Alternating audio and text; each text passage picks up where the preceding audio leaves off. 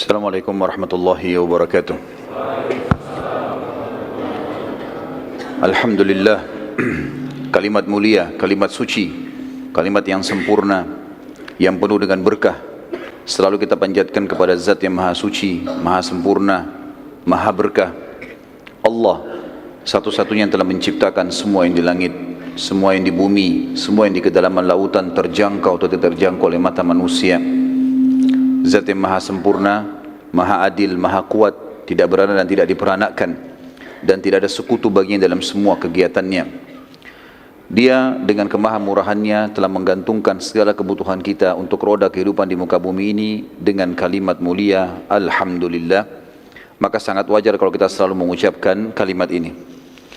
Selanjutnya kita panjatkan salam hormat kita, salam penghargaan kita kepada manusia terbaik, manusia yang telah dipilih oleh Sang Pencipta Allah agar menjadi suri tauladan bagi seluruh manusia tidak terkecuali. Bahkan para jin pun menjadikannya sebagai suri tauladan. Manusia yang telah disempurnakan jalur nasabnya, ilmunya dan fisiknya oleh Sang Pencipta Allah, dan juga Sang Pencipta Allah bersama malaikatnya mengucapkan salam hormat kepada manusia terbaik ini dan dijadikan ibadah untuk orang-orang beriman. Maka sangat wajar kalau kita selalu membacakan salawat dan taslim kepada Nabi besar Muhammad sallallahu alaihi wasallam. Melanjutkan kajian sirah kita, dan sudah panjang lebar kita menceritakan dengan dua pertemuan perang yang mulia, perang yang punya pengaruh sangat besar dalam Islam, yaitu perang Badar. Dan kita akan masuk sekarang setelah kita rentet terakhir pertemuan kita beberapa kejadian antara perang Badar Ramadan tahun 2 Hijriah dengan perang Uhud yang terjadi tahun 3 Hijriah. Dan para ahli sejarah menyebutkan tentang sebab-sebab terjadinya perang Uhud. Paling tidak disimpulkan ada dua sebab. Yang pertama, kekalahan Quraisy di Badar. Dan ini merusak citra mereka di Jazirah Arab atau di depan para suku-suku Arab. Sehingga mereka tidak punya cara lain, pilihan lain untuk memperbaiki kecuali mengalahkan muslimin. Dan ini juga tergambarkan dari sumpahnya Abu Sufyan, yang pada saat itu setelah meninggalnya tokoh-tokoh Quraisy di Badar hampir semuanya, dan tinggal dua orang, kita sudah jelaskan sebelumnya, Abu Sufyan dan Abu Lahab, dan Abu Lahab pun sudah meninggal. Sehingga tertinggal Abu Sufyan sendiri di Mekah pada saat itu. Tentu belum masuk Islam, karena masuk Islamnya di masa pembebasan kota Mekah atau pembukaan kota Mekah. Yang kedua, penyebabnya adalah orang-orang Quraisy, sebagaimana dicatat dalam sejarah dan sebelumnya, sebelum sejarah histori atau sejarah yang dicatat oleh para ahli sejarah, Al-Quran juga sudah menceritakan kalau orang-orang Quraisy sangat tergantung perekonomiannya atau kota Mekah secara khusus itu dengan perdagangan dari negeri Syam. Sementara baginda Nabi SAW selalu berusaha membentuk pasukan-pasukan, baik beliau pimpin sendiri yang dikenal dengan Ghazwah, atau dipimpin oleh para sahabat dikenal dengan Ma'rakah, atau dipimpin dengan para sahabat yang jumlahnya di bawah 100 orang, di atas 3 orang, di bawah 100 orang yang dikenal dengan Sariyah. Maka orang-orang Quraisy terganggu sekali karena mereka hidup memang dari negeri Syam. Sementara semua kafilahnya berusaha untuk diserang, walaupun ada beberapa kafilah yang sempat lolos. Maka paling tidak dua penyebab ini disebutkan oleh para ahli sejarah menjadi pemicu utama terjadinya perang Uhud. Nabi SAW atau sebelumnya Al-Quran menceritakan masalah itu ya, ketergantungan Quraisy pada perdagangan atau ekonominya Mekah dengan perdagangan ini dalam surah Quraisy, surah nomor 104 ayat 1 sampai ayat 4. A'udzu billahi minasyaitonir rajim, li'ilafi Quraisy ilafihim rihlatash shita'i was-shaif falyabudu rabb hadzal bait alladzi at'amahum min ju'in wa amanahum min khauf. Karena kebiasaan orang-orang Quraisy, kata Allah, yaitu kebiasaan mereka bepergian untuk berdagang pada musim dingin dan musim panas. Kata ulama tafsir, musim panas mereka ke negeri Syam dan musim dingin mereka ke negeri Yaman untuk berdagang. Tapi kebanyakan mereka di musim dingin di Yaman mereka hanya pergi untuk rekreasi, sementara musim panas ke negeri Syam mereka berdagang. Maka hendaklah mereka menyembah Tuhan pemilik rumah Ka'bah yang telah memberikan makanan kepada mereka untuk menghilangkan lapar dan mengamankan mereka dari ketakutan. Saksi bahasan kita firman Allah, rihlatasy syita'i was-saif. Akhirnya Quraisy karena selalu menemukan kafilahnya dihadang, dan pernah saya kasih gambaran ikhwas sekalian, kalau Jazirah Arab di wilayah utaranya Jazirah Arab bagian atasnya itu negeri Syam, dan posisi Mekah itu kalau mau ke negeri Syam harus lewati Madinah, Madinah di atasnya. Jadi Madinah itu di utara Mekah, habis Madinah baru ke negeri Syam. Jadi mereka mau tidak mau harus lewat jalur itu, nggak ada jalur lain. Waktu itu mereka belum punya jalur lain, apalagi mereka harus lewat darat. Maka yang terjadi teman-teman sekalian, mereka sekarang merasa terganggu, selalu dihadang. Kemudian mereka juga sudah kalah di perang Badar, jadi tambah takut. Sekarang bagaimana caranya? Mereka ubah jalurnya. Terakhir percobaan mereka adalah mereka melalui wilayah namanya Dzatu Irq. Dzatu Irq ini adalah jalur dari Mekah, mutar ke dekat Jeddah, mutar sampai ke dekat wilayah Najd, wilayah Irak. Jauh sekali, baru masuk ke negeri Syam untuk menghindari Madinah saja. Jadi di sini misalnya mereka ke negeri Syam itu perjalanan sebulan, ini bisa 2-3 bulan baru sampai. Tapi mereka coba lakukan itu. Ternyata baginda Nabi SAW dengar ada kafilah mereka keluar menuju ke sana. Maka beliau membentuk sariyah. Saya sudah bilang tadi sariyah bagaimana jumlahnya? 3 sampai 100. Di atas 100 pasukan. Tidak dikatakan sariyah gitu. Maka dibentuklah sariyah dipimpin oleh Zaid bin Harithah radhiyallahu anhu. Dan sementara pada saat itu orang-orang Quraisy sama sekali tidak sangka, sama sekali tidak menyangka. Ternyata sariyahnya Zaid bin Harithah berhasil menghadang kafilah sebelum tiba di negeri Syam. Dan akhirnya mengambil semua yang ada di dalam kafilah tersebut, membawa ke Madinah. Abu Sufyan yang memimpin Mekah pada saat itu bersama dengan orang-orang Quraisy tidak pernah menyangka terjadi penyerangan ini, dan karena jalur ini pun jalur alternatif yang sudah sangat jauh diketahui muslimin, maka mereka akhirnya putus asa. Abu Sufyan akhirnya tidak ada jalan lain kecuali memotivasi masyarakat Mekah, kita harus selesaikan urusannya Madinah nih. Kalau enggak habis semua ini, ekonomi enggak bisa, citra kita sudah rusak karena kalah, harus kita kalahin. Motivasi sana sini terus menerus. Puncaknya adalah pada saat Abu Sufyan menyurati suku Ghatafan. Dan suku Ghatafan kita sudah sebutkan tadi diserang oleh Nabi SAW, tetapi mereka tidak bisa atau mereka tidak melawan dan mereka sembunyi di atas gunung, walaupun mereka punya 10.000 personel kuda, semuanya siap perang. Suku Ghatafan waktu itu menyumbang personel perang banyak sekali. 1/3 dari pasukan Quraisy, pasukan menyerang di Uhud nanti, itu dari Ghatafan. Jadi 1.000 orang mereka. 2.000 yang lain, Abu Sufyan berhasil mengumpul dari berbagai kabilah-kabilah Arab, suku-suku Arab. Dan belum pernah, dalam sejarah disebutkan, belum pernah Quraisy memiliki pasukan sebesar ini. 3.000 orang personel perang. Selama ini 1.000 itu sangat luar biasa. 1.000 itu waktu menyerang Badar itu sudah dianggap pasukan intinya Quraisy, itu pun kalah. Teman-teman sekalian, pasukan ini akhirnya menuju ke Madinah. Dan yang terjadi, Nabi SAW mendengarkan kejadian tersebut. Perlu saya gambarkan sedikit teman-teman sekalian. Madinah, sebenarnya sekarang Uhud itu masuk wilayah Madinah ya, masuk wilayah haram maksud saya, wilayah haram. Di zaman Nabi SAW waktu masih hidup, Uhud itu di luar gerbangnya Madinah. Jadi dulu ada temboknya Madinah, itu ada pintu gerbangnya. Uhud itu di luarnya pintu gerbang itu. Jadi kalau muslimin mau ke Uhud, maka mereka keluar dari pintu gerbang Madinah baru mereka ke Uhud itu.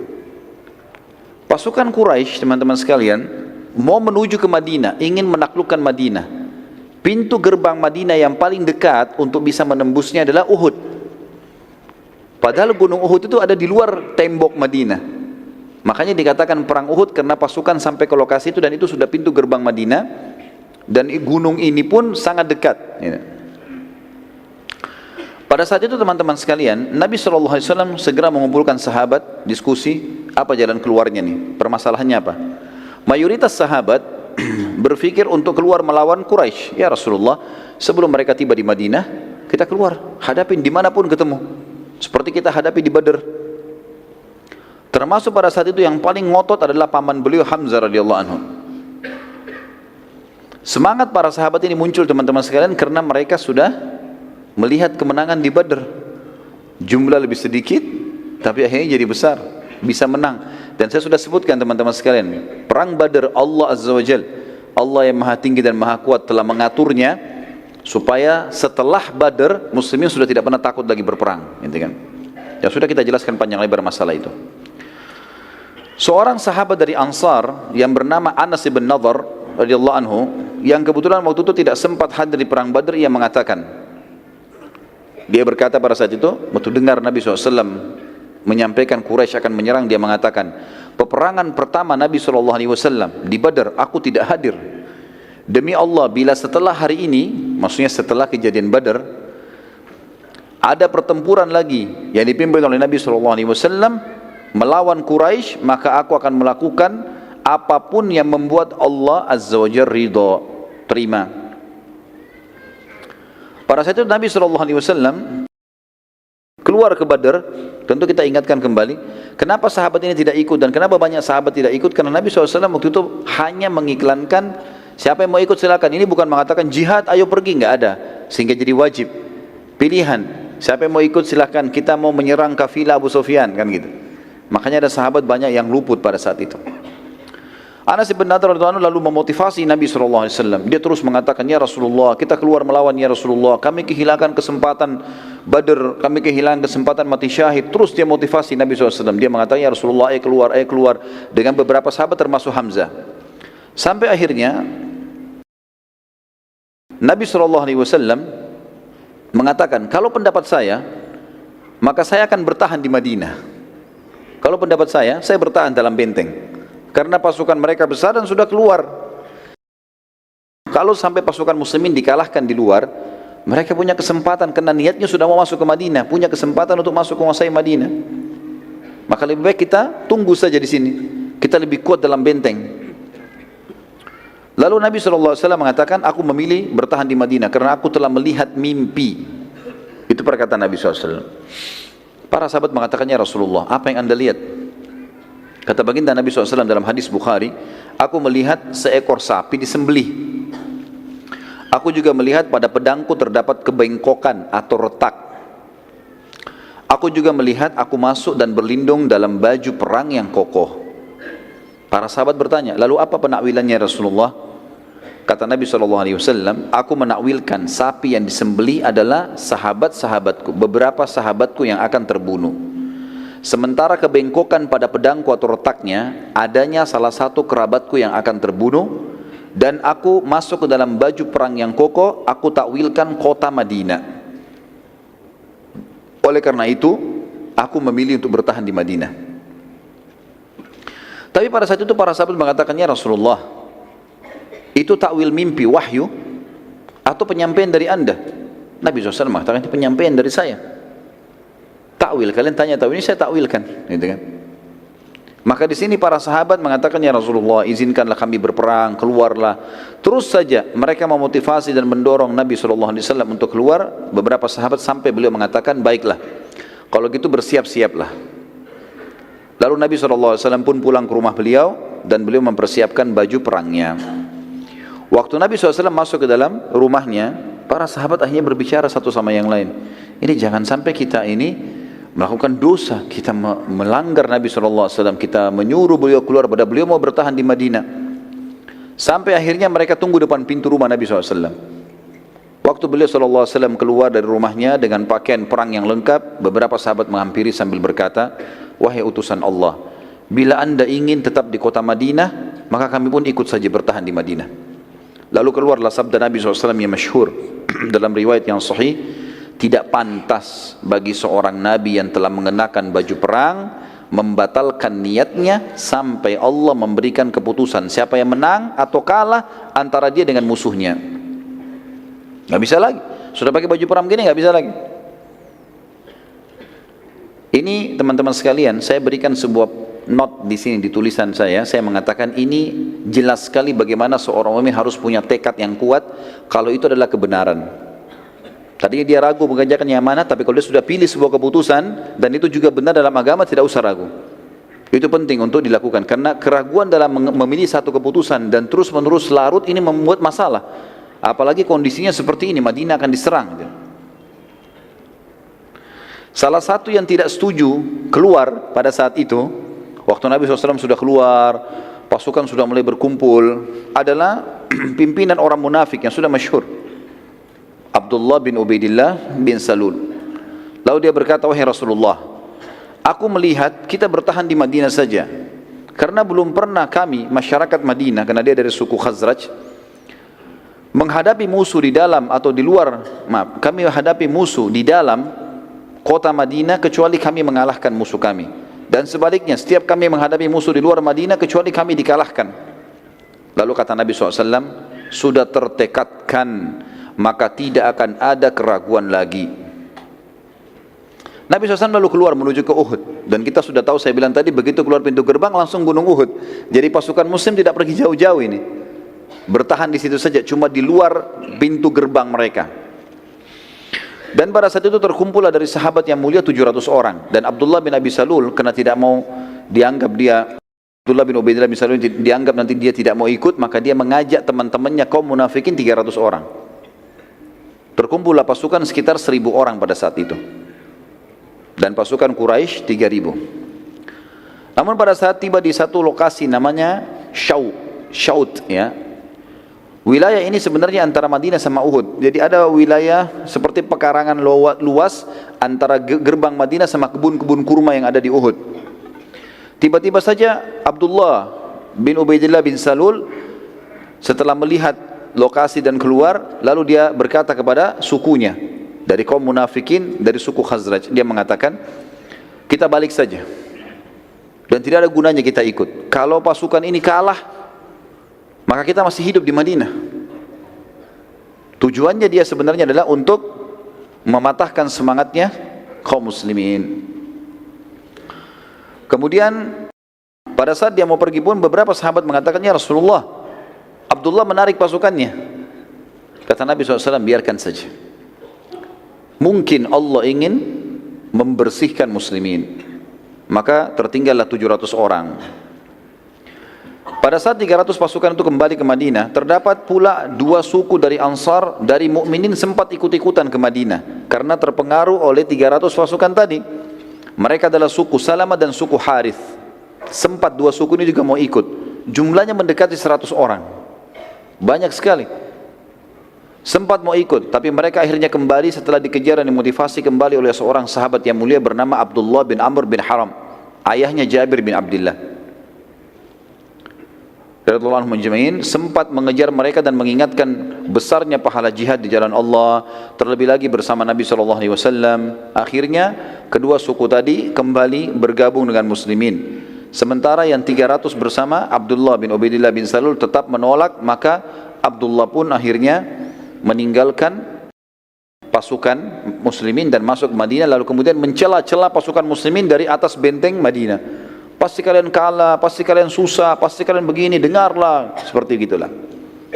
Allah Azza wa Jalla menyebutkan kejadian tersebut dalam surah Al-Imran, surah nomor 3 ayat 122. A'udzu billahi minasyaitonir rajim. Idh hammat ta'ifatani minkum an tabshala wallahu waliyuhuma. An tabshala wallahu waliyuhuma wa 'alallahi falyatawakkalul mu'minun. Ketika 2 golongan daripadamu, yaitu Bani Salamah dari suku Khazraj dan Bani Harith dari suku Aus, yang tadi mau ikut sama orang-orang munafik, ingin mundur karena takut, padahal Allah adalah penolong bagi kedua golongan itu. Karena itu hendaklah kepada Allah saja orang-orang mukmin bertawakal. Jabir bin Abdullah radhiyallahu anhu menanggapi ayat tersebut di atas seraya berkata, aku tidak menyesal karena kami dikalahkan di Uhud. Karena Allah Azza wa Jal, Allah yang maha suci dan maha tinggi, berfirman, sementara Allah lah wali mereka atau penolong mereka. Para sahabat sempat memberi masukan pada Nabi SAW agar meminta bantuan pada sekutu mereka, orang-orang Yahudi di Madinah. Namun Nabi SAW menolak karena mengetahui kalau Yahudi kaum yang suka gemar berkhianat. Nabi mengatakan SAW, kita cukupkan dengan 700 ini. Tiba di lokasi Uhud teman-teman sekalian, baginda Nabi SAW lalu kemudian mengatur strategi dengan para sahabat karena Quraisy belum tiba. Kata beliau, tunjukkan, kata Nabi SAW kepada para sahabat, tunjukkan saya jalan menuju ke satu lokasi yang menjadikan Uhud di punggung kita. Dan itu tidak melewati lokasi yang umumnya, bukan dari pintu gerbang menuju ke sana. Tujuannya agar orang-orang munafik yang ada di atas benteng dan orang-orang Yahudi itu supaya tidak tahu ke arah mana pasukan muslimin berkemah dan tidak memberitahukan kepada Quraisy. Maka ada seorang sahabat mengatakan, ya Rasulullah, saya tunjukkan kepada anda, dan kita harus melewati kebun-kebun kurma. Pada saat itu penuh dengan pohon kurma tentunya, dan sampai sekarang di sekitar Uhud itu penuh sekali, banyak pohon-pohon kurma, tapi sebagian sudah dibongkar menjadi lokasi pemukiman. Dan Nabi SAW meminta ini agar betul-betul beliau sudah ada di lokasi peperangan, memilih lokasinya, menjadikan gunung di belakangnya. Juga di dekat gunung itu yang ada kebun-kebun kurma yang Nabi SAW menjadikan target, ada sumur-sumur agar para mujahidin bisa minum. Saat tiba di lokasi itu atau sementara ke sana, mereka melewati kebun satu orang munafik namanya Rubai'i bin Qaidi. Rubai'i ini orangnya buta dan dia munafik, dia dengar Abdullah bin Abi Salul dan teman-temannya sampaikan, pasukan Muhammad lagi menuju ke kebunmu, jangan kau biarkan lewat. Maka dia berusaha mengatakan, jangan lewat kebunku. Waktu Nabi SAW pamit baik-baik, pamit sama dia, suruh pasukan biarin lewat. Dia bilang, jangan lewat kebun, nanti kalian merusaknya. Lalu terus saja dia menolak. Tidak ada jalan lain untuk memutari di sekitar tebing-tebingnya atau sekitar lerengnya Uhud, harus lewat kebunnya orang ini. Maka pada saat itu para sahabat pun akhirnya mengatakan kepada Nabi SAW, ya Rasulullah, tidak ada jalan lain. Kata Nabi SAW, jalanlah, lewatin kebunnya, jangan sampai dirusak. Kata beliau, biarkan saja dia, sungguh dia buta mata dan buta hatinya. Lewati tapi jangan buat rusak. Maka lewatlah pada saat itu, dan Rubai sempat mencaci maki muslimin tapi tidak dihiraukan. Nabi SAW saat selesai menyusun, tiba di lokasi yang diinginkan. Tentu kalau kita berada, biasanya kalau saya bimbing umroh teman-teman sekalian, di lokasi Uhud saya tunjukkan ada memang titik di mana pasukan pada saat itu tiba di sebelah pinggiran gunung Uhud, ya. Dan itu memang kalau dilihat posisinya, Uhud di belakang dan Mekah di hadapan gitu. Posisinya pas seperti itu. Di sebelah kirinya pasukan itu ada Bukit Pemanah. Bukit Pemanah yang berada antara lokasi pasukan muslimin dengan gerbangnya Madinah. Nabi SAW memberi instruksi penting pada saat itu kepada para pemanah, keluar 50 orang, kalian harus ada di atas sana, dipimpin oleh Abdullah bin Jubair radhiyallahu anhu. Naik di atas sini, jangan tinggalkan bukit ini sampai ada instruksi dariku, walaupun kalian lihat pasukan menang atau kalah. Pokoknya kita menang atau kita kalah, jangan tinggalkan bukit ini. Pesan. Baiklah, naik semuanya 50 orang. Dan pemanah zaman dulu teman-teman sekalian itu sama dengan sniper kita sekarang, ahli tembak. Bahkan kalau orang-orang yang mahir, mereka bisa melepaskan beberapa anak panah dengan satu tarikan, gitu kan? Dan itu kalau tepat sasaran dia bisa membunuh beberapa orang, ya. Maka ini kekuatan muslimin di situ tadi. 50 orang ditaruh di Bukit Pemanah dan 650 bersama Nabi SAW. 649, 650 sama Nabi SAW. Allah Azza wa Jal menjanjikan bila sahabat bersabar dalam perang Uhud dan patuh pada perintah Nabi SAW. Ini janji Allah. Kalau mereka patuh, ikuti instruksi Nabi, akan membantukan 3.000 pasukan dari malaikat. Di Badr ada berapa malaikat? 1.000. Sudah kita jelaskan tadi. Ini 3.000 dijanjikan dari malaikat. Bahkan bila disiplin, mereka patuh, Nabi bilang serang, tidak, maka Allah janjikan menurunkan 5.000 malaikat. Jumlah orang kafir 3.000. Allah mau turunkan seimbang, jumlah kafir 3.000, malaikat 3.000. Di perang Badar jumlah kafir 1.000 turun 1.000, kan gitu. Tapi Allah janjikan untuk menenangkan muslimin, kalau kalian sabar, disiplin, patuh, 5.000 saya turunkan. Allah ceritakan dalam surah Al-Imran, surah nomor 3 ayat 123 sampai 125. A'udzu billahi minasyaitonir rajim. Wa laqad nasarakumullahu bi Badrin wa antum adhillah. Fattaqullaha la'allakum tashkurun. Idz taqulu lil mu'minina alan yakfiyakum ay yumiddakum rabbukum bi 3,000 minal malaikati munzalin. Bala in tasbiru wa tattaqu wa ya'tukum min fawrihim hadha yumdidkum rabbukum bi 5,000 minal malaikati musawwimin. Sungguh Allah telah menolong kalian dalam peperangan Badar. Waktu itu jumlahnya lebih sedikit, senjatanya lebih sederhana. Padahal kamu pada saat itu adalah orang-orang yang lemah. Karena itu bertakwalah kepada Allah supaya kalian atau kamu mensyukurinya. 1, 2, 3-nya. 1, 2, 4-nya. Ingatlah, ketika kalian mengatakan atau kamu berkata, hai Muhammad, kepada orang-orang mukmin, apakah tidak cukup bagi kalian Allah membantu dengan 3.000 malaikat yang diturunkan dari langit? Ayat 125, ya pasti sudah cukup. Tapi ketahuilah, jika kalian sabar, kalian bersiap siaga, disiplin, patuh, Allah menjanjikan loh, mereka Allah akan mendatangkan, dikatakan, dan jika kalian bersabar dan bersiap siaga, dan mereka datang menyerang kalian dengan seketika pun, niscaya Allah akan menolong kalian dengan 5.000 malaikat yang memakai tanda-tanda. Kata ulama tafsir yang dimaksud di sini adalah kalau para sahabat mematuhi, tidak satu pun melanggar titah Nabi SAW, pasti menang. Seperti itulah. Pasukan muslimin terdiri dari 70 orang pasukan kuda, 50 prajurit pemanah, dan sisanya pasukan pejalan kaki. Dari pasukan musyrikin Quraisy terdapat 200 personil yang menunggangi kuda, yang pada saat itu dipimpin oleh Khalid bin Walid sebelum masuk Islam.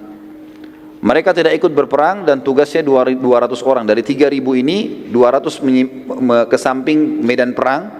Kalau dari Bukit Pemanah itu kita bisa lihat ke arah kiri, kalau satu waktu antum mengunjungi ke sana.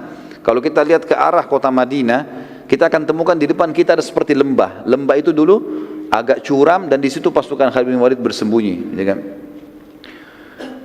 2.800 maju masuk bersama pasukan Quraisy.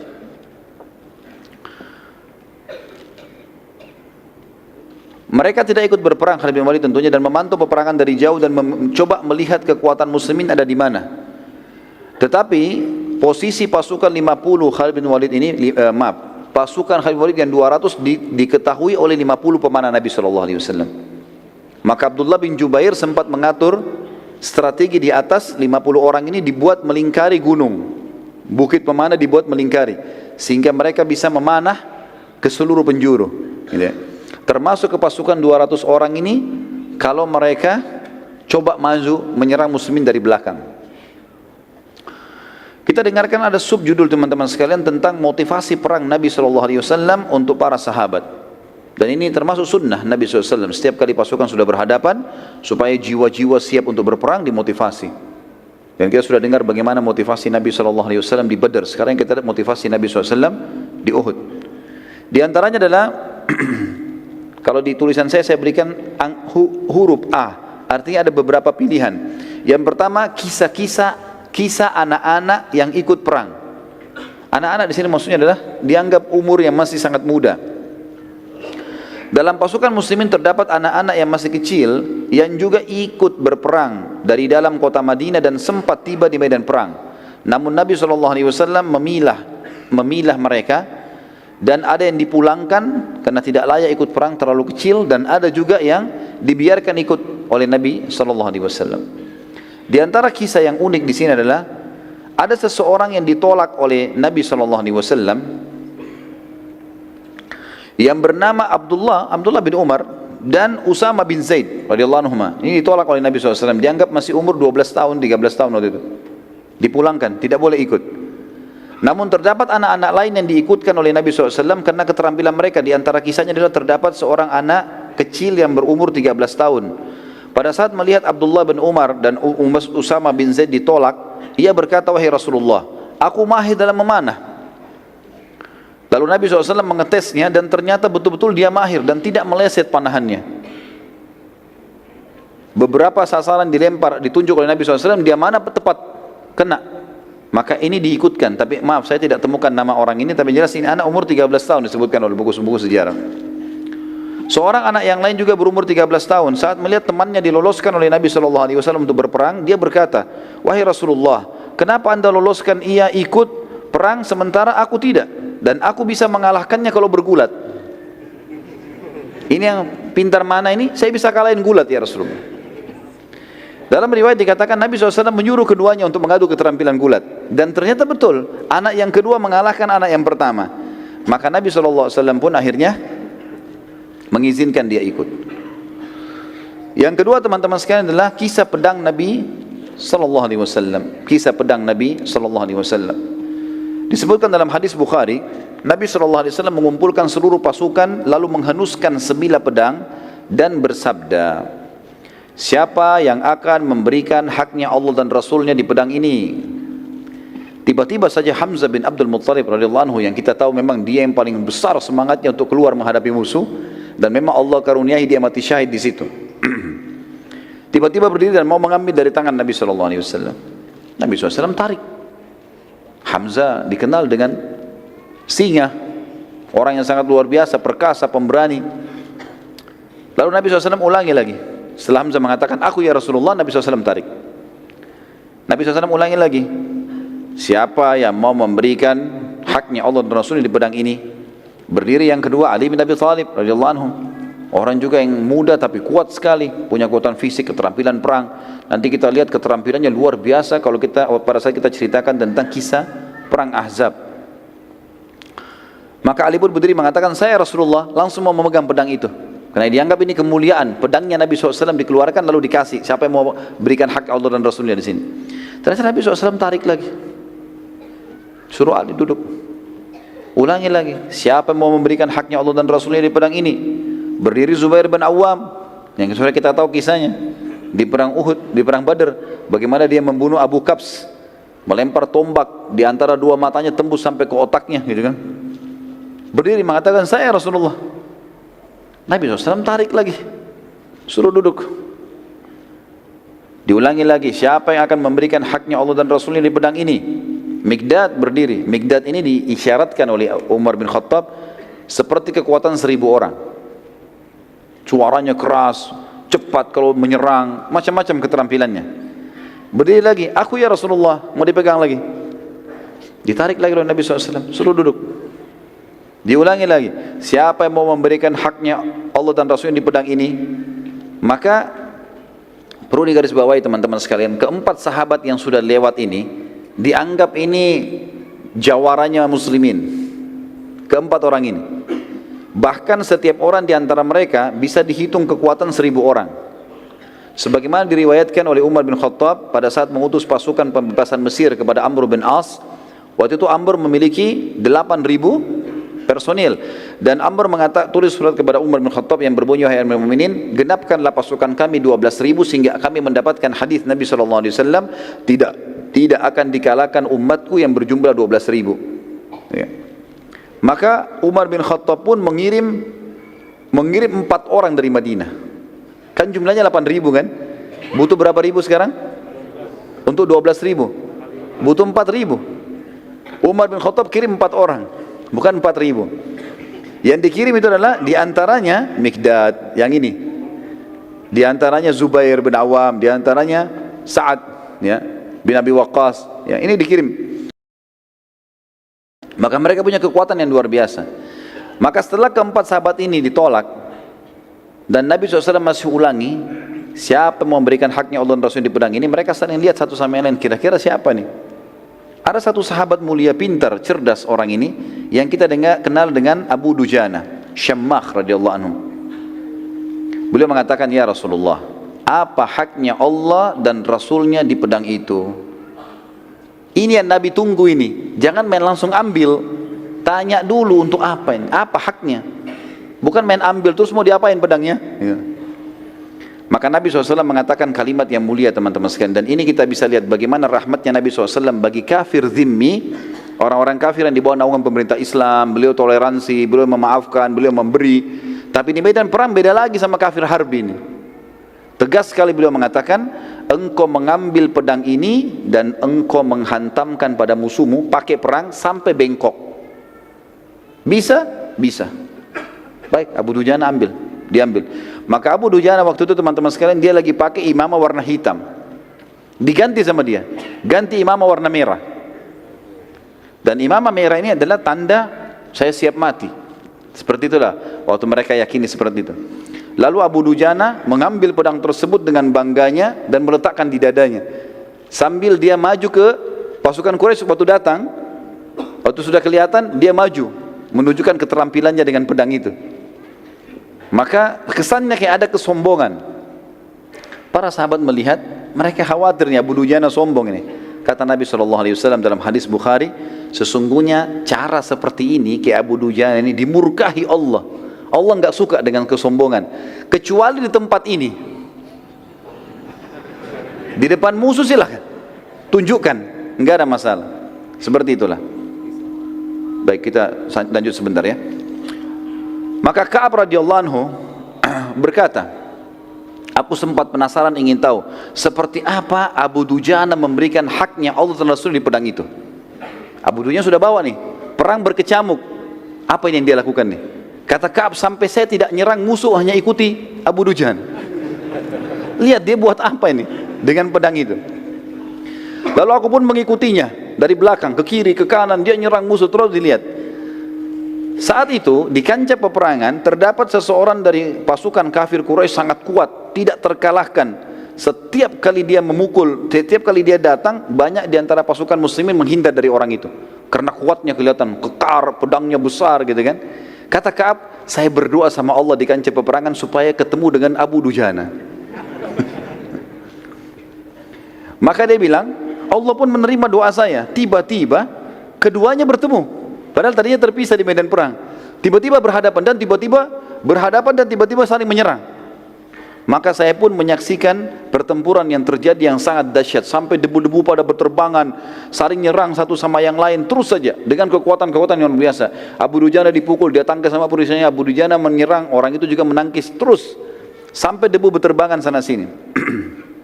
Kata beliau, sampai akhirnya Abu Dujana pada saat itu saling pukul dengan sangat keras. Maka perisai Abu Dujana lepas dan pedang orang kafir itu melengket, dan Abu Dujana juga menghantam perisai musuh, pecah. Akhirnya kena si kafir, terbelah bagian kepalanya, mati, gitu kan. Abu Dujana rupanya dengan hikmah Allah ini dia tahu kalau Ka'ab ada di belakangnya. Begitu selesai dia bunuh orang kafir, dia mengatakan, dia balik ke arah Ka'ab, wahai Ka'ab, apa pendapatmu? Dari tadi ini kau tunggu, apa pendapatmu sekarang? Maka akhirnya Ka'ab pun mengatakan, engkau telah memberikan haknya dan Rasulnya. Dan di sini teman-teman sekalian, tidak masuk dalam masalah sombong di sini. Tidak masuk. Fa'amma binikmati rabbika fahaddits, masuk dalam firman Allah di sini.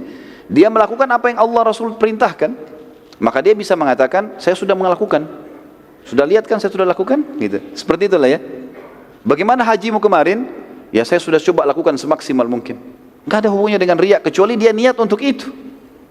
Dia harus dibedain mana yang boleh, mana tidak boleh. Maka di sini Abu Dujana tidak sama sekali hubungannya dengan riak, tapi beliau tunjukkan, karena ini orang yang mau lihat nih, saya sudah kasih haknya. Sampai kalau bukan pedang ini bengkok, kepalanya dia yang bengkok gitu kan. Allahu a'lam. Baik, kita lanjutkan sebentar insyaallah dengan kisah-kisah yang lain. Subhanakallahumma bihamdika asyhadu an la ilaha illa anta astaghfiruka wa atubu ilaik. Assalamualaikum warahmatullahi wabarakatuh. Assalamualaikum warahmatullahi wabarakatuh. Alhamdulillah wassalatu wassalamu ala Rasulillah. Segala puji bagi Allah Subhanahu wa taala, juga salawat dan taslim kepada Nabi besar Muhammad sallallahu alaihi wasallam. Tadi sudah kita ceritakan tentang kisah bagaimana Abu Dujana Syammah ibn Harith radhiyallahu anhu memberikan hak pedang yang diberikan oleh Nabi sallallahu alaihi wasallam, yang menuntut haknya Allah dan Rasulnya di situ. Kisah yang lain teman-teman sekalian, kisah yang terjadi di perang Uhud yang tidak bisa luput dari seorang beriman adalah kisah sahabat yang mulia Hanzalah radhiyallahu anhu. Hanzalah radhiyallahu anhu adalah seorang sahabat yang menikah di hari Jumat malam. Dan perang Uhud terjadi di Sabtu pagi, di waktu duha. Hanzalah radhiyallahu anhu menikah malam itu, kemudian memang dia belum bergaul, dia belum menggauli istrinya. Dia sempat ikut berjamaah sholat subuh bersama Nabi SAW. Pada saat dia pulang, dia untuk menggauli istrinya, sehingga dia dalam keadaan junub. Baru saja dia selesai bergaul dengan istrinya, masih dalam keadaan junub, belum mandi, terdengar panggilan seruan dari utusan Nabi SAW kepada seluruh muslimin di Madinah, jihad, jihad. Dan panggilan seperti ini berarti wajib bagi laki-laki muslim untuk ikut. Maka dia pun tidak menunggu, langsung saja dia keluar dalam kondisi masih junub, bergabung dengan pasukan muslimin. Waktu bergabung dengan pasukan muslimin, salah satu korban di Uhud yang mati syahid. Sebenarnya bukan kita katakan korban ya, justru ini kemenangan. Karena hakikat dari seorang muslim ikut jihad adalah mati syahid. Kedua baru menang. Jadi dia tidak kenal namanya kalah. Kalau dia terbunuh itu target utamanya karena masuk surga tanpa hisab. Kalau dia menang adalah target yang kedua. Hanzalah radhiyallahu anhu adalah salah satu sahabat yang dikaruniai oleh Allah syahadah, mati syahid. Waktu jenazahnya ditemukan setelah selesai perang Uhud, maka Nabi SAW waktu melihat ke arahnya mengalihkan pandangan matanya. Lalu kemudian para sahabat bertanya, ya Rasulullah, ada apa dengan Hanzalah? Kenapa anda alihkan pandangan anda? Ada dua riwayat. Yang pertama kata Nabi SAW, aku melihat istrinya dari bidadari menjemputnya. Riwayat yang lain adalah, aku melihat para malaikat memandikannya. Karena dia dalam keadaan junub, maka dimandikan oleh para malaikat sampai keluar julukannya Ghasilul Malaikah. Orang yang dimandikan langsung oleh malaikat. Dan di sini teman-teman sekalian pelajaran penting. Setiap kali ada janji Allah dan Rasulnya dari dalil Al-Quran dan Sunnah, setiap muslim tidak boleh ragu sedikit pun, apapun itu sifatnya, apapun. Allah dan Rasulnya bilang bersedekah itu pasti kaya, maka tidak boleh kita ganti dengan konsep yang lain. Tidak usah ragu sama sekali. Kalau orang mukmin memahami sebenarnya, dia kalau sedekah misalnya adalah sama dengan dia sedang investasi dan Allah balas minimal 10 kali, apa yang membuat dia ragu melakukannya? Salah satu ciri khasnya sahabat di situ. Apa yang Allah dan Rasulnya sampaikan benar, yang lain salah. Selesai urusannya. Enggak perlu lagi dinegosiasi. Allah Rasulnya bilang salah, haram haram, halal halal, kerjakan kerjakan, jangan kerjakan jangan kerjakan. Walaupun semua dunia, keluarganya, istrinya, anaknya, suaminya benci, dia nggak peduli. Sudah semuanya diseberikan. Seperti itulah kurang lebih. Dan ini terjadi pada Hanzalah. Bayangkan teman-teman kalau kita baru menikah seperti ini, dengan wanita yang dia cintai, dia menikah. Baru selesai hubungan biologis yang pertamanya dalam rumah tangga. Belum sempat mandi junub, panggilan jihad. Kita nggak usah jauh-jauh bicara jihad. Antum sekarang kalau malam pertama, kira-kira subuh di masjid nggak? Hah? Ada yang tanya ke saya itu di pengajian. Ustadz, apa hukumnya tidak sholat subuh di masjid kalau malam pertama? Saya bilang dosa itu. Nggak ada udurnya. Tapi lihat Hanzalah bukan cuma sholat subuh, bukan ini jihad, pergi berperang, mati terbunuh. Padahal dia waktu masih dari hari pertama menikmati pernikahannya.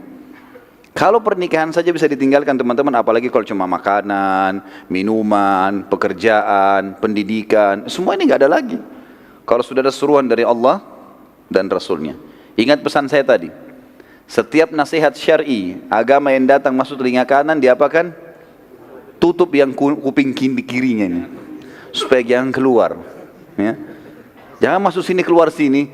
Saya datang lagi bulan depan tanya lupa. Tapi kayaknya kalau kisah Hanzalah nggak lupa deh. Terutama yang laki-laki. Dan kisah mereka teman-teman, kisah para salihin, para salaful ummah yang sampai kepada kita ini bukan hanya sekedar untuk dikenang dan didengar ya. Tapi Allah Azza wa Jalla sampaikan kepada kita untuk dijadikan sebagai ibrah, pelajaran. Ini loh ada orang sebelum kamu begini, disampaikan kisahnya ke kita. Ini 1400 tahun yang lalu ini. Sampai kepada kita di malam ini teman-teman di sini. Dan itu saja, kita tidak menghadiri saja, kita bukan Hanzalahnya. Kalau saya yakin teman-teman memiliki iman, merasa bergetar. Luar biasa ya gitu.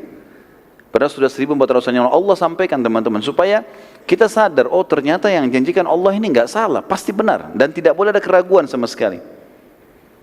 Saya sarankan teman-teman kalau ikuti ceramah di YouTube, ada judul saya, ceramah saya itu judulnya, Hai Muslim, inilah pondasi agamamu. Saya bicara masalah keyakinan. Bagaimana itu harus ditanamkan dalam hati seseorang Muslim. Tidak boleh ragu sama sekali. dan keyakinan terhadap apa yang Allah dan Rasul janjikan akan membuat ketenangan jiwa, dan semua masalah dunia akan jadi kecil. Kisah yang unik juga yang terjadi di Uhud, teman-teman sekalian, kisah dua orang, Khuwairik, pendeta Yahudi, dan Kazman, salah satu penduduk asli Madinah. Pada saat seruhan Nabi SAW dikumandangkan hari Sabtu pagi di waktu duha, jihad, Khuwairik ini pendeta Yahudi, dia dengar. Tiba-tiba Khuwairik dalam riwayat Sahih dikatakan berdiri lalu memotivasi para Yahudi dari menara benteng mereka. Hai Yahudi, keluarlah, masuk Islamlah. Kalian tahu Muhammad adalah utusan Allah. Demi Allah kalian membaca dalam kitab kalian Taurat, ciri-cirinya disebutkan nenek moyang kalian hijrah ke Madinah gara-gara Nabi ini. Sekarang dia kumandangkan jihad, mati masuk surga. Keluarlah. Pendeta yang panggilin, pendeta mereka. Apa jawaban orang Yahudi? Hai Khuwairik, hari Sabtu. Hari Sabtu hari raya, nggak boleh perang, nggak usah perang, nggak boleh apa-apa. Agama kita. Khuwairik tahu Taurat. Apa kata Khuwairik? Tapi ada dalam kitab Taurat isi ayat yang diperintahkan kepada Musa alaihissalam, karena nabi-nabi sebelum Nabi Muhammad SAW hidup sezaman, seperti Nabi Musa alaihissalam sezaman dengan mertuanya Syuaib alaihissalam. Dalam salah satu ayat Taurat itu ada isinya, kalau Musa alaihissalam berdakwah di Mesir sama Palestina, bila di wilayah lain ada nabi yang Musa tahu itu, Musa beritakan itu nabi, kemudian dia panggil jihad, yang di sini harus bantu yang di sana. Baiklah, kalian tidak beriman pada Muhammad, tapi kalian tahu dia nabi, Yahudi semua tahu. Ikuti ayat Taurat, bantu dia, minimal bantu. Sama jawabannya, kami nggak mau ini hari Sabtu, orang nggak boleh perang hari Sabtu, hukum Taurat, alasan macam-macam. Kata Khuwairik, kalau begitu saya sendiri akan pergi. Dia jalan sendiri dari benteng Yahudi menuju ke masjid Nabi SAW waktu Nabi lagi susun pasukan. Lalu dia mengatakan, ya Rasulullah, bukan lagi panggil nama Nabi SAW, karena orang Yahudi suka kurang ajar, panggil nama Nabi SAW gitu kan. Dia mengatakan, ya Rasulullah, asyhadu an la ilaha illallah wa anna Muhammad Rasulullah. Langsung syahadat, gak pakai tanya-tanya apa-apa ini. Nabi SAW sambut dia. Dia mengatakan, ya Rasulullah, saya ingin ikut berperang. Kata Nabi SAW, bergabunglah dengan pasukan muslimin. Sudah selesai, ikut perang.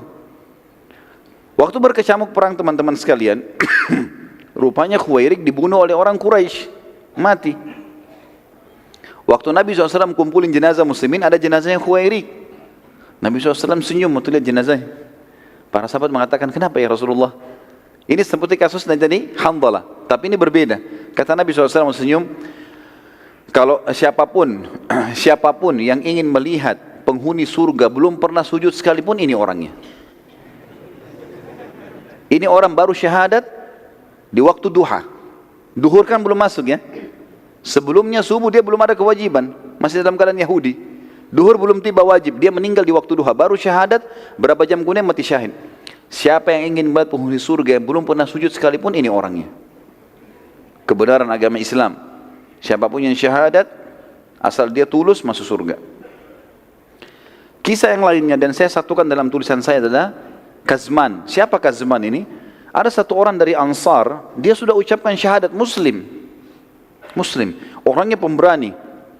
Di kancah perang teman-teman sekalian, dia tebas musuh sana, tebas musuh sini, berani sekali, sampai dalam satu kali serangan bisa menebas beberapa orang musuh. Maka para sahabat memuji, mengatakan, orang ini, Kazman ini di surga. Kalau dia terbunuh ini, mati syahid ini. Luar biasa, bunuh banyak orang kafir. Karena ada hadis Nabi SAW, tidak akan bersatu muslim sama kafir di neraka. Yang dia sempat bunuh di medan perang, ini masuk neraka, ini tidak akan bersatu sama dia. Dia akan masuk surga gitu. Maka Nabi SAW mengatakan, tidak, dia di neraka. Para sahabat penasaran, kok bisa Nabi bilang di neraka, tapi ini lagi berkecamuk perang. Nggak ada waktu untuk bertanya. Mereka ikuti Kazman. Dari belakang diikuti. Kenapa ini Nabi bilang dia di neraka? Ternyata serang demi serang terjadi, ada satu musuh kafir menebas bagian kakinya, berdarah bagian betisnya, sobek. Karena dia kesakitan, dia keluar dari kancah peperangan, lalu dia turun dari kudanya, kemudian dia ambil pedangnya, ditusuk dirinya. Lalu dia mengatakan, sesungguhnya saya berperang untuk membela kaum saya. Maka para sahabat mengatakan, pantas dia masuk neraka. Jadi membela karena suku, murni hanya karena suku saja, hanya fanatisme, hanya murni negara bukan karena mendidik kalimat Allah, maka ini tidak dapat syahadah, nggak dapat mati syahid ini. Kisah yang lain adalah kisah Amr bin Jamur radhiyallahu anhu, seorang sahabat Nabi yang sudah berumur dari penduduk Madinah dan kakinya pincang. Dan ini karunia dari Allah SWT. Lihat bagaimana orang-orang yang ikhlas teman-teman. Dan kata para ulama sudah disepakati ini, siapa yang masuk di kancah peperangan ikhlas mau mati syahid, itu yang Allah kasih syahadah. Kalau ada orang masuk di kancah peperangan kemudian dia bimbang, saya mati atau enggak ya gitu. Pokoknya ikut berperang saja, cari pahalanya, maka tidak mati syahid kecuali ajalnya datang. Kuasa Allah, Allah memilih orang yang paling ikhlas, yang memang mau mati syahid, mau segera masuk surga, itu Allah kasih. Ini kisah-kisahnya satu demi satu kita sebutin. Di antaranya Amr bin Jamuh. Tadi sudah ada Handalah, ada Khuwairik, ya. Amr bin Jamuh berkata, ya Rasulullah, saya ingin berjihad tapi anak-anak saya larang. Anak-anaknya datang memegang tangannya, ya Rasulullah, ayah kami pincang, sudah tua. Maka kata Nabi SAW, kau pincang hai Amr. Kata Amr, ya Rasulullah, apakah orang pincang tidak bisa masuk surga? Saya juga mau ya Rasulullah, justru saya mau masuk surga dengan pincang saya ini. Kata Nabi SAW, naikkan dia ke kudanya, biarin dia ikut. Ikut berperang, terbunuh mati syahid. Radhiyallahu anhu. Ya. Jadi bagaimana semangat sahabat teman-teman sekalian, pincang enggak menghalangi untuk itu. Sebagian orang, saya enggak tahu di sini ada atau tidak, baru gerimis enggak ke masjid. Enggak tahu kalau ada di sini hadir, ya. Merasa alhamdulillah. Baru gerimis enggak mau ke masjid. Baru ngantuk sedikit enggak mau hadir majelis ilmu. Bagaimana kalau jihad ini? Umroh mau cukur rambutnya bimbang. Sampai kadang-kadang saya bilang sama jemaah saya, baru rambut pak, belum darah, baru gundul. Baru mau gundul gitu. Bagaimana caranya tidak mau berkorban untuk Allah dan Rasulnya ini? Padahal Allah yang membuat di urat saraf kita mengalir darah-darahnya, otot-otot dia yang rangkaikan dengan tulangnya segala macam, kalau kita tidak mau berkorban untuknya. Ambil pelajaran teman-teman dari para sahabat ini. Enggak setengah-setengah, janji Allah dan Rasulnya memang sudah pasti benar, jalani. Yang lain kisah Zubair bin Awam. Jadi ini terulang lagi teman-teman sekalian, hampir mirip dengan kisah Abu Qabs tadi. Rupanya ada lagi di pasukan kafir Quraisy orang yang mirip Abu Qabs di perang Badar tadi. Badannya besar, besi semua dari kepala sampai kaki kudanya, menyerang muslimin, nyusahin. Sahabat ngeluh lagi ke Nabi, ya Rasulullah, ada lagi nih pasukan kafir Quraisy. Nabi panggil lagi Zubair, panggil Zubair, suruh hadapi. Zubair datang lagi. Zubair mengatakan, demi Allah, saya tidak melihat sedikit pun ada celah di mukanya orang ini. Sama tadi, dikelilingi, dicari, sampai Zubair mengatakan, saya melihat kasus yang sama dengan yang di Badar. Celahnya cuma di antara dua matanya. Maka saya pun melempar tombak di tempat yang sasaran itu, dan dia mati terbunuh. Sama dengan kasus tadi di Badar. Dan ini juga termasuk teman-teman sekalian sudah saya jelaskan, bagaimana seorang muslim memiliki keterampilan dan kejelian. Dan kata Nabi SAW dalam sebuah hadis yang sahih, Inna Allah yuhibbu min abdin idza amila amalan an yutqinahu. Allah sangat suka, cinta dengan seorang hamba kalau dia kerjakan satu perbuatan, dia menguasainya. Jangan terlalu bercabang teman-teman, kuasai bidang ini, pindah ke bidang lain, setelah ini dikuasai. Lebih baik kita terkenal dengan satu bidang dan kita dikenal, itu tuh lebih baik. Nabi Daud alaihissalam fokus sebagai tukang besi, udah terkenal dengan itu. Walaupun keterampilan lain bisa, tapi ini ada yang dia kuasai, dikuasai dengan sangat matang, gitu kan? Zubair dan para sahabat ini memang banyak mereka menguasai bidang-bidangnya, dan ini bagian daripada syariat kita. Profesional dalam bidangnya, keterampilan diikuti dengan kejelian. Kita sebutkan juga beberapa kisah prajurit kafir di kancah peperangan Uhud, teman-teman sekalian. Di antaranya kisah Abu Amir. Abu Amir ini asli penduduk Madinah, dan dia dulunya berusaha untuk menyatukan Aus dan Khazraj, dua suku yang nanti dikenal Ansar setelah Islam. Sebelum Islam masuk ke Madinah, Abu Amir ini mau menobatkan diri menjadi rajanya Aus dan Khazraj. Daripada kalian perang, saya jadi raja kalian, saya akan menyatukan. Dia orang kaya. Subhanallah, dengan hikmah Allah datang waktu Islam mulai masuk ke Madinah, gitu kan? Kemudian Nabi SAW hijrah ke Madinah, seluruh penduduk Madinah ini, Aus dan Khazraj masuk Islam. Dan mereka tidak mau lagi mengangkat Abu Amir sebagai rajanya. Abu Amir kecewa. Karena dia kecewa, dia nggak mau masuk Islam, dia tinggalkan Madinah menuju ke negeri Syam. Waktu dia dengar di perang Uhud, orang-orang Quraisy menyerang Madinah, dia kembali. Lalu kemudian dia masuk ke Madinah dan dia mulai ribut. Dia mengatakan kepada muslimin waktu itu orang Madinah, Ngapain kalian ikuti Muhammad? Ikuti saya. Saya dari suku kalian, Muhammad pendatang. Saya akan membuat Quraisy pulang, tidak jadi menyerang kalian. Tapi nggak ada satupun orang yang mau ikuti dia nih. Nggak ada yang dengar, orang sudah tahu, sudah masuk iman dalam hatinya, sudah tahu kalau ini benar. Mana mau didahulukan dia dari Nabi SAW? Nggak mungkin. Dia sakit hati, dia keluar, kemudian dia sempat membuat beberapa lubang di lokasi peperangan.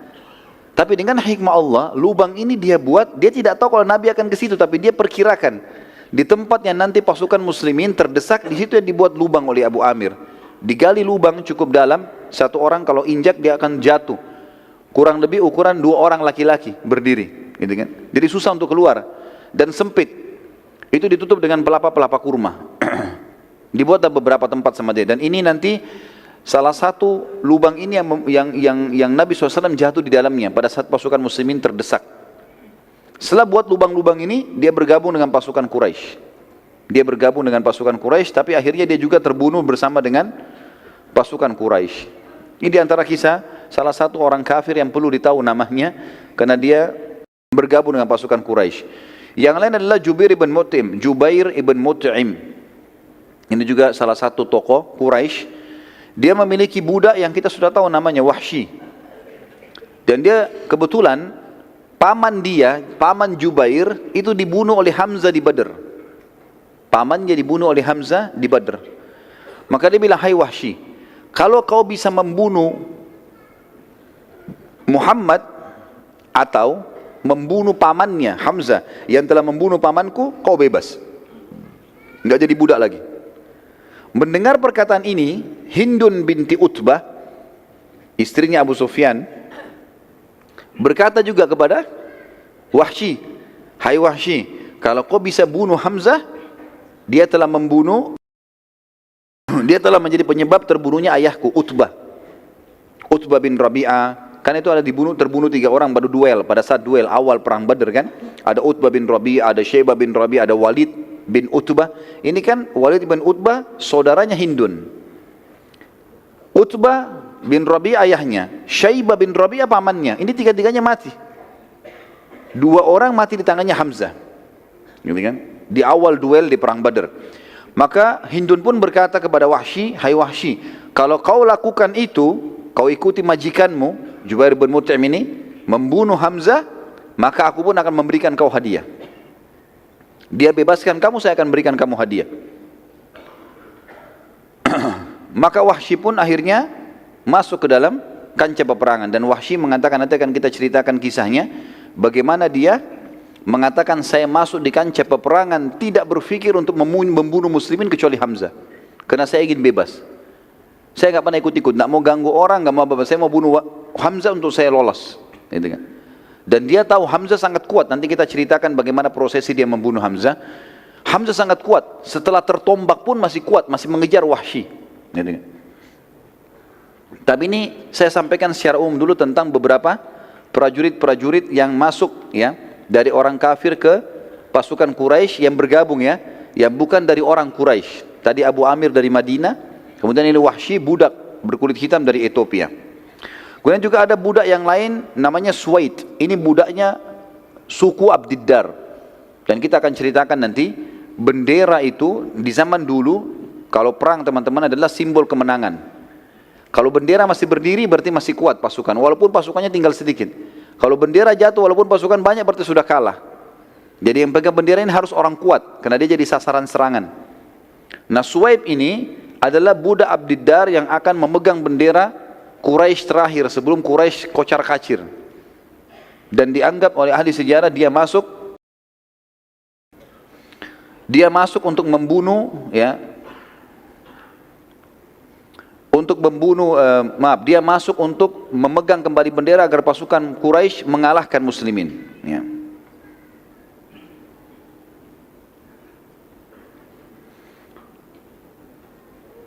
Sekarang kita ceritakan teman-teman sekalian subbahasan bagaimana awal kecamuk peperangan sehingga muslimin menang dan bagaimana akhirnya berbalik muslimin kalah di perang Uhud. Dan ini perlu dijelaskan dan disatukan dalam sebuah subjudul supaya orang mengenang memang awalnya menang dan akhirnya dikalahkan, tapi nanti akan ada kemenangan lagi. Masih satu rentetan. Ya. Karena banyak orang cuma mengatakan di Uhud muslimin kalah. Simple seperti itu saja. Enggak dijelasin kalau sebenarnya mereka menang awalnya. Awal kemenangan muslimin, kita jelaskan ceritanya. Pada zaman dahulu tentunya saya bilang tadi bendera adalah simbol kemenangan. Kalau masih ada berarti menang. Kalau tidak ada berarti kalah. Seperti itulah. Maka ada 3 orang sahabat yang mulia namanya Hamzah bin Abdul Muttalib masyhur. Kemudian Ali bin Abi Thalib, ponakannya sendiri, dan Asim bin Thabit. 3 orang ini teman-teman sekalian berkumpul semuanya, bersepakat mengatakan, ini begitu pecikan takbir Nabi kumandangkan, kita bertiga serang pemegang benderanya Quraisy. Enggak usah lawan yang lain, cari pemegang bendera, tebas nih. Bunuh supaya jatuh benderanya. Karena pasukan mereka lebih banyak. Muslimin 700, ini 3000, gitu kan. Tadinya 1000, tapi kan 300 munafik pulang ke Madinah. Ternyata betul terjadi. Pada saat itu teman-teman sekalian yang memegang benderanya Quraisy dari keturunan Abdiddar. Kalau masih ingat rentetan histori pertama, sirah pertama saya jelaskan tentang Abdiddar dan Abdul Manaf, gitu kan? Salah satu turunan kakek Nabi SAW. Intinya seperti itulah. Ini kalau saya rentet panjang lagi. Yang jelas ini masih keluarga Nabi SAW. Hamzah dan Ali datang. Dan ini pelajaran teman-teman. Dalam masalah akidah sudah tidak ada lagi batas. Nggak ada lagi namanya kerabat, apalagi kalau di medan perang. Ini sudah berbeda hukumnya. Maka keduanya pun, suku Abdiddar waktu mau pergi, waktu di perang Badar mereka yang pegang bendera. Dan akhirnya kalah orang-orang musyrik. Abu Sufyan di perang Uhud mengatakan, hai anak-anak Abu Talha. Abu Talha kebetulan dianggap kepala sukunya Abdiddar. Anakmu ini 6 orang laki-laki mau ke perang, ikut perang. Di Badar kita dikalahkan gara-gara kalian yang pegang bendera dan jatuh. Kalau sekarang kalian tidak bisa memegang bendera, tidak bisa pegang amanah ini dan akan jatuh dikalahkan, maka berserahkan pada kami. Kami kasih kepada suku-suku yang pemberani. Maka ke-6 anaknya, Abu Talha mengatakan, kami tidak akan menyerahkan bendera ini kepada selain kami walaupun kami semua terbunuh. Datanglah anak pertamanya Abu Talha, pegang bendera. Begitu takbir, Hamzah dan Ali dan ini Asim, tiga-tiganya menyerang. Tiga orang ini menjadi pengibar bendera 1 orang itu. Berhasil dibunuh. Jatuh bendera. Awal serangan ini. Di awal serangan. Begitu bendera jatuh, biasanya bendera dulu dibuat tinggi sekali. Dan besar kainnya. Jatuh. Orang-orang Quraisy shock ini. Kok bisa? Awal kecamuk peperangan dan biasanya bendera itu bukan di depan. Bendera ditaruh di tengah-tengah. Di depan paling bendera-bendera kecil. Kalau bendera yang besar itu harus di tengah-tengah pasukan supaya tidak langsung jatuh. Tapi ini berhasil, Hamzah, Ali dan Asim berhasil. Datang anak keduanya Abu Talha, pegang bendera lagi. Tapi 3 orang sahabat ada di sekitar situ, sekitar bendera. Emang nunggu. Ternyata ada 1 orang datang angkat, dibunuh lagi. Datang anak ketiga angkat, dibunuh lagi. Anak keempat datang, dibunuh lagi. Sampai 4 orang. Terakhir pada saat datang anak kelimanya Abu Talha dan mengangkat bendera, maka sempat dibunuh oleh Asim. Hamzah dan Ali tidak sempat membunuh, tapi Asim membunuhnya. Kemudian anak ke-6-nya Abu Talha yang terakhir sempat juga datang mengangkat bendera, tapi dibunuh oleh Sa'ad bin Abi Waqqas. Sa'ad bin Abi Waqqas, ya. Kebetulan teman-teman sekalian, anak keempat waktu 6 orang ini mati, pas yang keempat yang dibunuh oleh Asim bin Thabit, anak keempat ini waktu lagi dibunuh sama Asim, pas ditebas sama pedang, ada saudarinya perempuan, anaknya Abu Talha tapi perempuan, namanya Sulaif. Sulaif ini waktu lihat bergelimangan saudara-saudara laki-lakinya, 3 orang, ini yang keempat ditebas oleh Asim, dia pikir Asim yang bunuh semuanya. Dia nggak tahu ini. Maka dia sakit hati. Dia kemudian kembali ke tengah-tengah pasukan musyrikin, lalu dia menggunakan gendangnya, rebana, karena perempuan dibawa oleh orang-orang Quraisy biasa untuk memotivasi pasukan. Mereka menari-nari segala.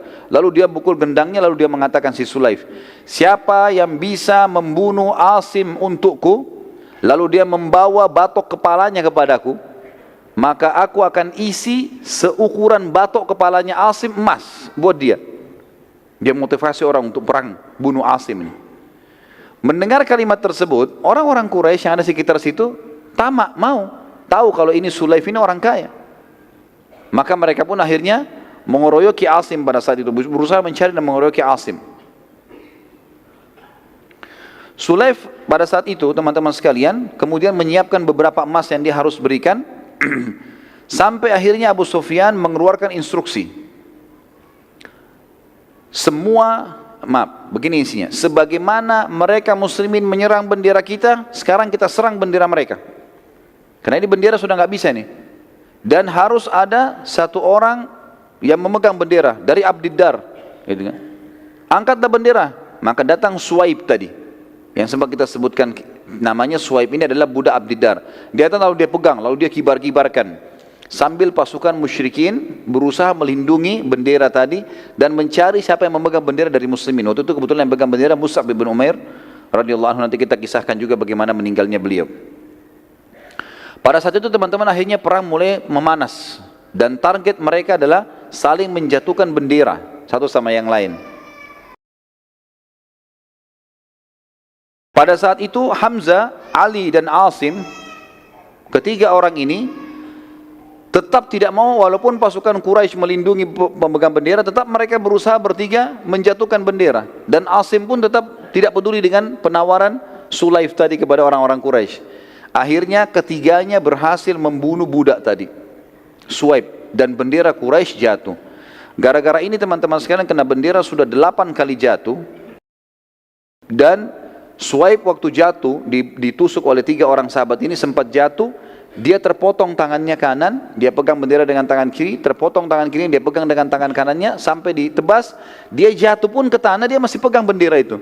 Dia masih berusaha jepit, sampai Sa'ad bin Abi Waqqas datang dan membunuhnya. Pada saat itu, Sa'ad bin Abi Waqqas tentunya membunuhnya bukan dengan pedang, bukan datang ke dia membunuhnya, tapi dari jarak jauh Nabi SAW melihat pemegang bendera Suwaib sekarang, dan Hamzah, Ali dan Asim lagi mengeruyuinya. Begitu dia jatuh, dia masih pegang bendera. Kata Nabi SAW, diambil anak panah kepada Sa'ad, hai Sa'ad, lemparlah, panahkan dengan taruhan ibu dan ayahku. Ini biasanya orang Arab ucapkan, ini bukan sumpah ya. Artinya, posisimu aku posisikan sebagaimana aku hormati kedua orang tuaku. Biasanya orang Arab kalau mau memohon dengan mengucapkan kalimat itu. Maka Sa'ad mengatakan, aku belum pernah melihat ada orang yang mengucapkan kedua kalimat ini. Artinya Nabi SAW mengatakan, aku memposisikan kamu, ya, menghormati kamu sebagaimana aku hormati kedua orang tuaku, kecuali aku. Maka aku pun melepaskan anak panah dan akhirnya Suwaib mati terbunuh. Waktu mati terbunuh teman-teman, bendera Quraisy jatuh. Hamzah, Ali dan Asim sengaja menginjakkan kuda mereka di bendera Quraisy. Dan akhirnya tidak bisa lagi ada Quraisy yang mendekat. Setiap mendekat diserang, setiap mendekat diserang. Akhirnya kocar-kacir semua. Pasukan Quraisy kocar-kacir pada saat itu. Jadi saking kocar-kacirnya, ya, pada saat itu teman-teman sekalian, sampai muslimin mengatakan, kami menyaksikan di perang Uhud yang hadir ya, seluruh pasukan Quraisy, ribuan orang itu semuanya berlari, meninggalkan harta mereka, meninggalkan kuda mereka, sampai-sampai mereka meninggalkan kaum wanita mereka yang ikut-ikutan lari bersembunyi di belakang pohon-pohon kurma dan di gunung-gunung atau bukit-bukit. Padahal itu sebenarnya aib besar bagi mereka ya, kalau meninggalkan kaum wanita. Setelah kejadian tersebut teman-teman sekalian, kita sekarang melihat bagaimana kekalahan muslimin. Sudah menang nih sekarang, sudah kocar-kacir semua. Sampai beberapa sahabat menceritakan, kami melihat kancah peperangan kosong, nggak ada apa-apa, nggak ada manusia maksudnya, tapi penuh dengan ghanimah. Kekalahan muslimin terjadi teman-teman sekalian pada saat 43 orang dari pemanah Nabi SAW yang dipimpin oleh Abdullah bin Jubair di Bukit Pemanah melihat kejadian tersebut. Di bukit ini teman-teman bisa lihat lebih jauh, pasukan Quraisy sudah sangat jauh, sudah mengarah ke Mekah. Sudah tinggal kelihatan bayangannya saja, kayaknya nggak mungkin kembali lagi nih pasukan. Sementara 600 orang pasukan muslim yang dibentuk oleh Nabi SAW selain pemanah kan 700 orang, 650 kan di pasukan. 600 orang sekian itu mengejar ke sana, 600 orang mengejar yang 2000 itu. Siapa yang ketangkap jadi tawanan, seperti itulah. Kurang lebih sisa 50 orang saja, 40-50 orang ini nggak ikut-ikutan menyerang musuh, tapi mereka sibuk mengambil ghanimah, kumpulin ghanimah. Melihat kejadian tersebut, orang-orang ini 43 pemanah ini teman-teman sekalian,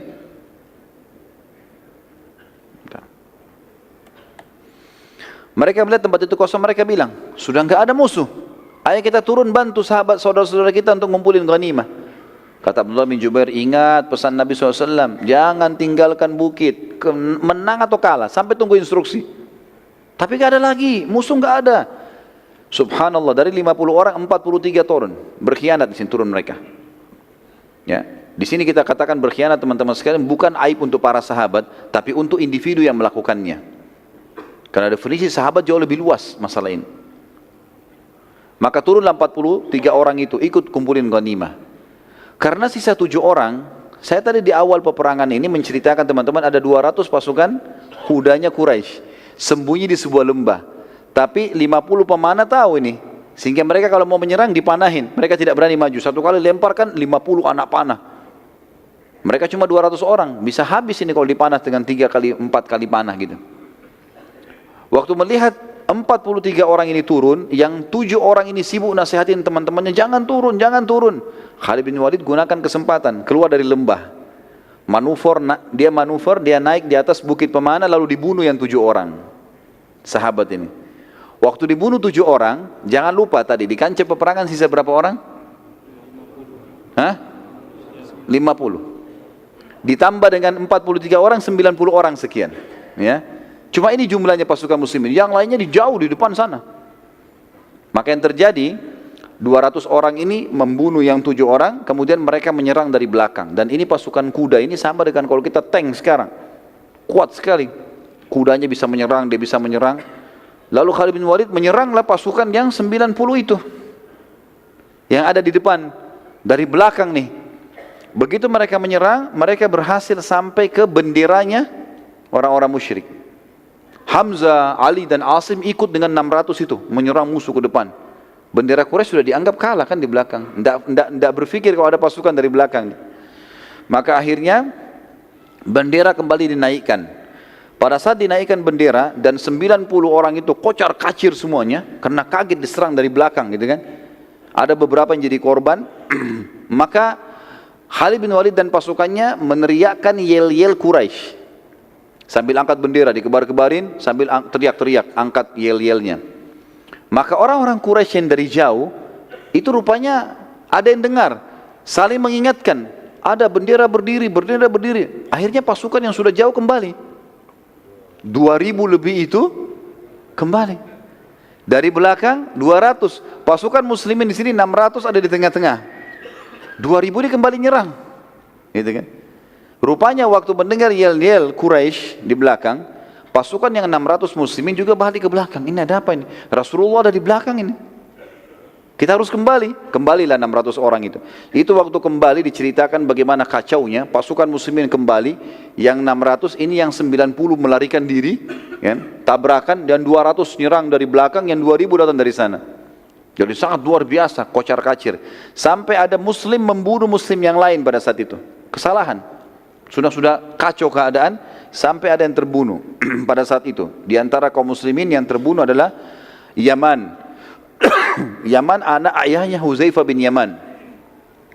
Radhiyallahu anhu majma'in, kata Huzaifah, saat seluruh pasukan sudah kacau sampai pasukan muslimin saling serang, sudah tidak tahu musuh ini karena luar biasa kacaunya. Dan dalam keadaan sangat kacau, sampai-sampai aku menemukan ayahku di antara pasukan yang terserang oleh muslimin sendiri. Dan aku mengatakan, ayahku, wahai muslimin, semoga Allah merahmati kalian. Tapi terlambat. Dan akhirnya Yaman radhiyallahu anhu mati, terbunuh dan dianggap syahid oleh Nabi SAW karena kesalahan. Hudzaifah berkata, semoga Allah memaafkan kalian karena kehilafan ini. Semoga Allah maafkan kalian, ayahku telah kalian bunuh. Seperti itulah. Dalam situasi demikian teman-teman, Nabi SAW segera mengambil keputusan. Beliau SAW berteriak dengan suara keras, kumpullah di sisiku wahai hamba-hamba Allah, aku benar-benar utusan Allah. Namun yang mendengar beberapa orang sempat kumpul, tapi mayoritas pasukan tidak dengar. Dan yang terkumpul di sisi Nabi SAW hanya 9 orang. 7 dari muhajirin, 7 dari ansar, 2 dari muhajirin. 9 orang saja. Yang lain pasukan ini sudah kocar kacir keluar dari kancah peperangan karena diserang oleh musuh-musuh ini. Hal ini terjadi karena luasnya lokasi peperangan dan galaunya keadaan pada pasukan muslimin sehingga mayoritas mereka tidak mendengarkan teriakan Nabi SAW.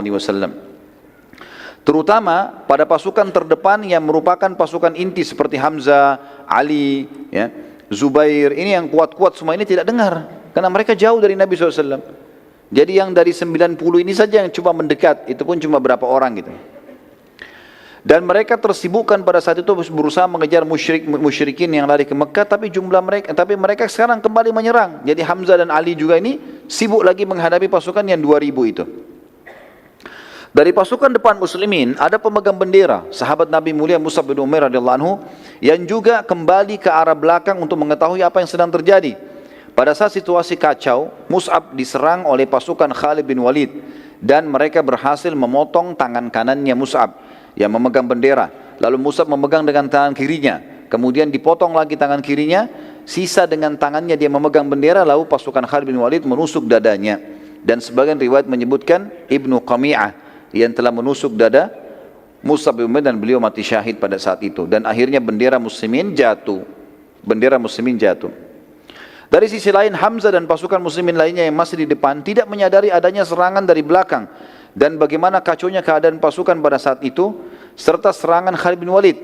Pada saat itu pun waktu Hamzah mulai mau kembali dan melihat kekacauan di sana, ternyata dari belakang juga sudah ada serangan, maka Wahsy menggunakan kesempatan. Wahsy pun akhirnya mengatakan, aku melihat Hamzah dan aku pun takut mendekatinya. Aku pun takut, dengan dia orangnya kekar, kuat. Kita sudah ceritakan Hamzah dulu kalau berburu apa? Singa. Di masa jahiliyah, saking kuatnya fisiknya.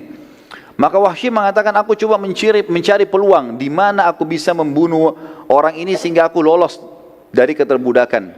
Wahsy pun menceritakan kejadian tersebut, berkata, saat tombak aku lemparkan, aku berhadapan dengan Hamzah, maka aku buru-buru melemparkan tombakku dan tertancap di perut Hamzah sampai tembus ke belakang. Sementara Hamzah di atas kudanya.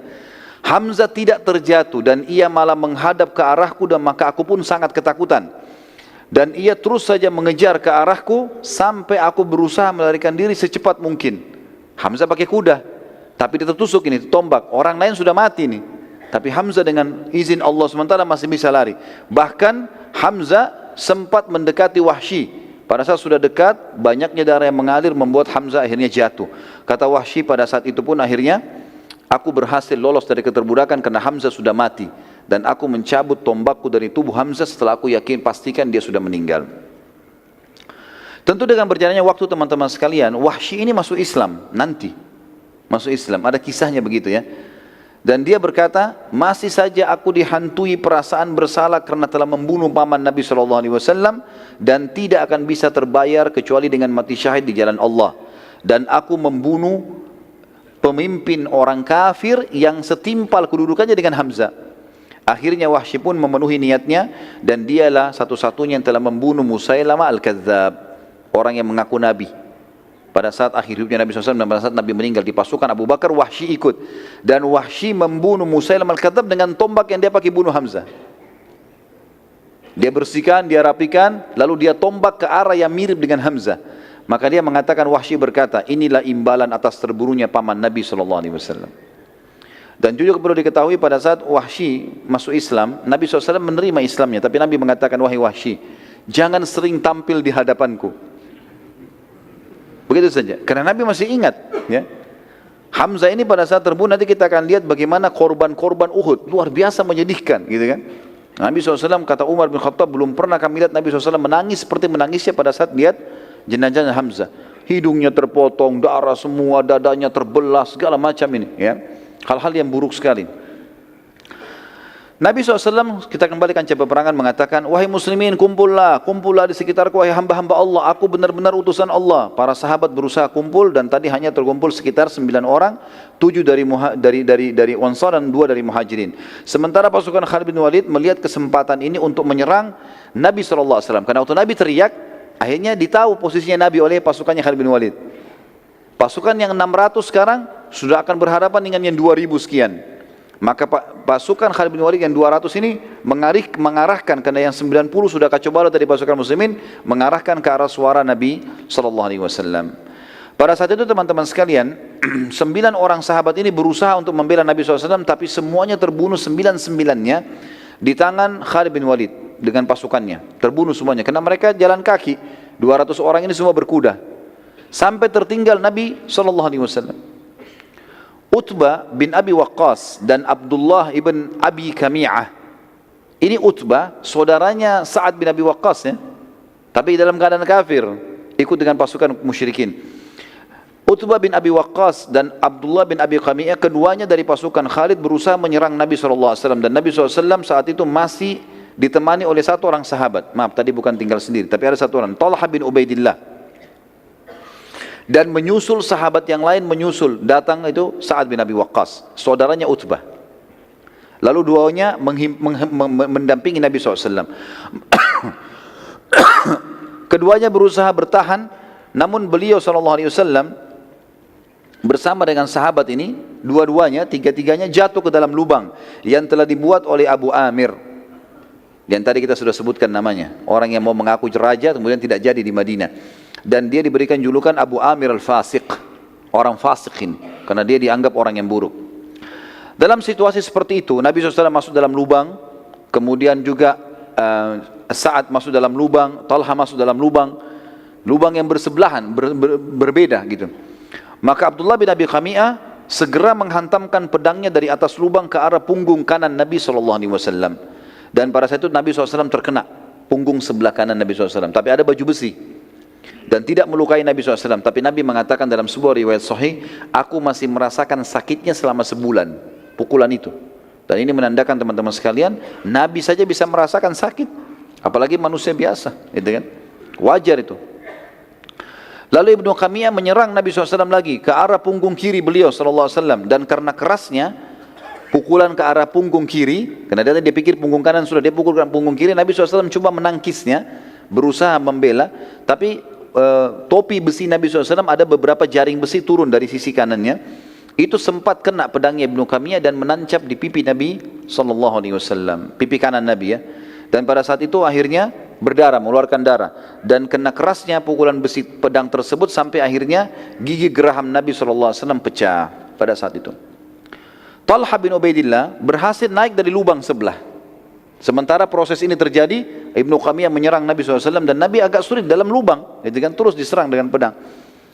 Maka dia berusaha menyerang Ibnu Kami'ah serta Utbah, yang keduanya berusaha untuk menyerang Nabi ini.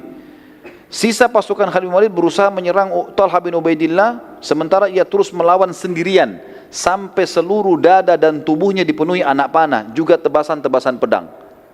Semuanya, punggungnya semua anak panah, depannya semua anak panah, tebasan pedang kiri kanan. Tapi subhanallah masih hidup. Talha bin Ubaidillah ini salah satu dari 10 yang dijamin masuk surga ya, radhiyallahu anhum. Sampai Abu Bakar mengatakan, Uhud, perang Uhud ya, yang panen pahalanya Talha, miliknya dia sudah. Sampai waktu itu Talha bin Ubaidillah berusaha menarik Nabi SAW untuk keluar dalam kondisi begitu ya. Dia tutupi lubang, terus orang-orang kafir 200 orang ini berusaha menyerang dia gitu kan, sendirian. Sampai dia berhasil berusaha menarik Nabi SAW. Dan waktu Nabi naik ke atas, beliau sempat mencabut dengan giginya besi yang masuk ke pipi Nabi SAW dengan giginya, sehingga kedua giginya di depan itu tanggal, jatuh. Dan para sahabat mengatakan, kami melihat setelah tanggalnya gigi Talha di Uhud, Allah memberikan dia ketampanan ekstra. Justru Allah buat orang-orang tambah suka melihat wajahnya, padahal kedua giginya jatuh karena menarik besi itu. Dan ini bentuk penghormatan pada Nabi SAW. Dia bukan tarik dengan tangannya, dia tarik dengan giginya untuk menjaga kesantunan dengan Nabi SAW. Pada waktu yang bersamaan setelah itu teman-teman sekalian, pasukan Khalid bin Walid lagi sibuk menyerang Talha bin Ubaidillah, dan Sa'ad bin Abi Waqqas hanya keluar juga dari lubang sebelah. Mereka berusaha, datanglah pasukan Ali, Zubair, ya, datang. Hamzah kan sudah terbunuh tadi dengan pasukan lainnya. Mereka berusaha membela Nabi SAW dan terjadilah pertempuran seru pada saat itu di lubang yang terdapat Nabi SAW. Pada saat waktu yang bersamaan juga datang sahabat Nabi yang mulia yang telah memegang pedang Nabi SAW, namanya Syammah bin Harith atau Abu Dujana tadi. Kemudian berusaha untuk menutupi Nabi SAW dengan tubuhnya, sehingga seluruh tubuhnya dikenai dengan sabetan pedang. Jadi dia berusaha tangkis dari sini, ini yang nyerang 200 orang ini. Sementara yang datang beberapa sahabat ini tidak sampai 10 orang. Ibnu Kami'ah dan sisa pasukan Khalid akhirnya terpukul mundur karena keteguhan sahabat-sahabat ini. Namun Ibnu Kami'ah saat mundur bersamaan dengan waktu itu, sebagian pasukan Khalid bin Walid sedang menebas tangannya Mus'ab. Dan Mus'ab bin Umair wajahnya mirip sekali dengan wajah Nabi sallallahu alaihi wasallam. Maka Ibnu Qami'ah datang, lalu pada saat tangannya Mus'ab sudah putus dua-dua dan dia pegang dengan sisa tangannya bendera, maka Ibnu Qami'ah datang menusuk dadahnya Mus'ab, mati syahid. Lalu dia teriak, apa kata Ibnu Qami'ah? Aku telah membunuh Muhammad, Muhammad telah mati, aku telah membunuh Muhammad, Muhammad telah mati. Ini teman-teman, kalimat ini pada saat itu bertepatan diucapkan pasukan Quraisy yang 2000 tiba. Pasukan yang 600 ini menghadapi yang dari belakang, dan ini juga berita kalau Nabi SAW terbunuh. Kata para ahli sejarah, ini sampai seperti virus yang masuk di tengah-tengah muslimin. Sampai Umar bin Khattab yang sangat kuat dengan Sa'ad bin Mu'adz, orang yang sangat kekar dalam pendiriannya, mereka bercerita mengatakan, kami berdua terduduk ke tanah, di tanah kancah peperangan karena tidak yakin lagi sudah. Maksudnya tidak tahu lagi bisa menang atau tidak kalau Nabi SAW sudah terbunuh. Kondisinya sudah kocar-kacir ini. Dan siapapun yang duduk di tanah pada saat itu oleh Quraisy tidak diganggu. Dianggap dia menyerah. Seperti itulah. Pada saat itu teman-teman sekalian, sementara muslimin kocar-kacir, ada sahabat satu, tadi sudah kita sebutkan namanya. Namanya Anas bin Nadhr, yang sempat bilang, ya, demi Allah saya telah ketinggalan peperangan pertama bersama Nabi SAW melawan Quraisy di Badar. Kalau ada peperangan lagi setelah hari ini, saya akan melakukan perbuatan yang membuat Allah ridha. Tiba-tiba dia berdiri. Lalu kemudian sendiri ini, dia melawan yang 2000 itu. Dia menuju ke yang 2000 itu. Umar bin Khattab sempat bilang, mau kemana kau? Dia bilang ke arah Uhud, kancah peperangan. Kata Umar sama Sa'ad, tapi Rasulullah SAW sudah mati. Beritanya begitu. Anas menjawab dengan kalimat luar biasa. Apa dia bilang? Kalau begitu, betul itu beritanya, bangunlah, bangkitlah untuk berperang dan mati bersama beliau sallallahu alaihi wasallam. Kenapa malah diam? Ayo mati gitu. Dan terbunuh itu jauh lebih mulia. Dan sungguh, hai Umar dan Sa'ad, aku mencium bau surga di arah Uhud. Kemudian beliau radhiyallahu anhu menyerang pasukan kafir sampai terkoyak, dan waktu dicari tidak ditemukan potongan badannya, terkoyak-koyak oleh musuh, gitu kan? Tapi mati syahid di sini.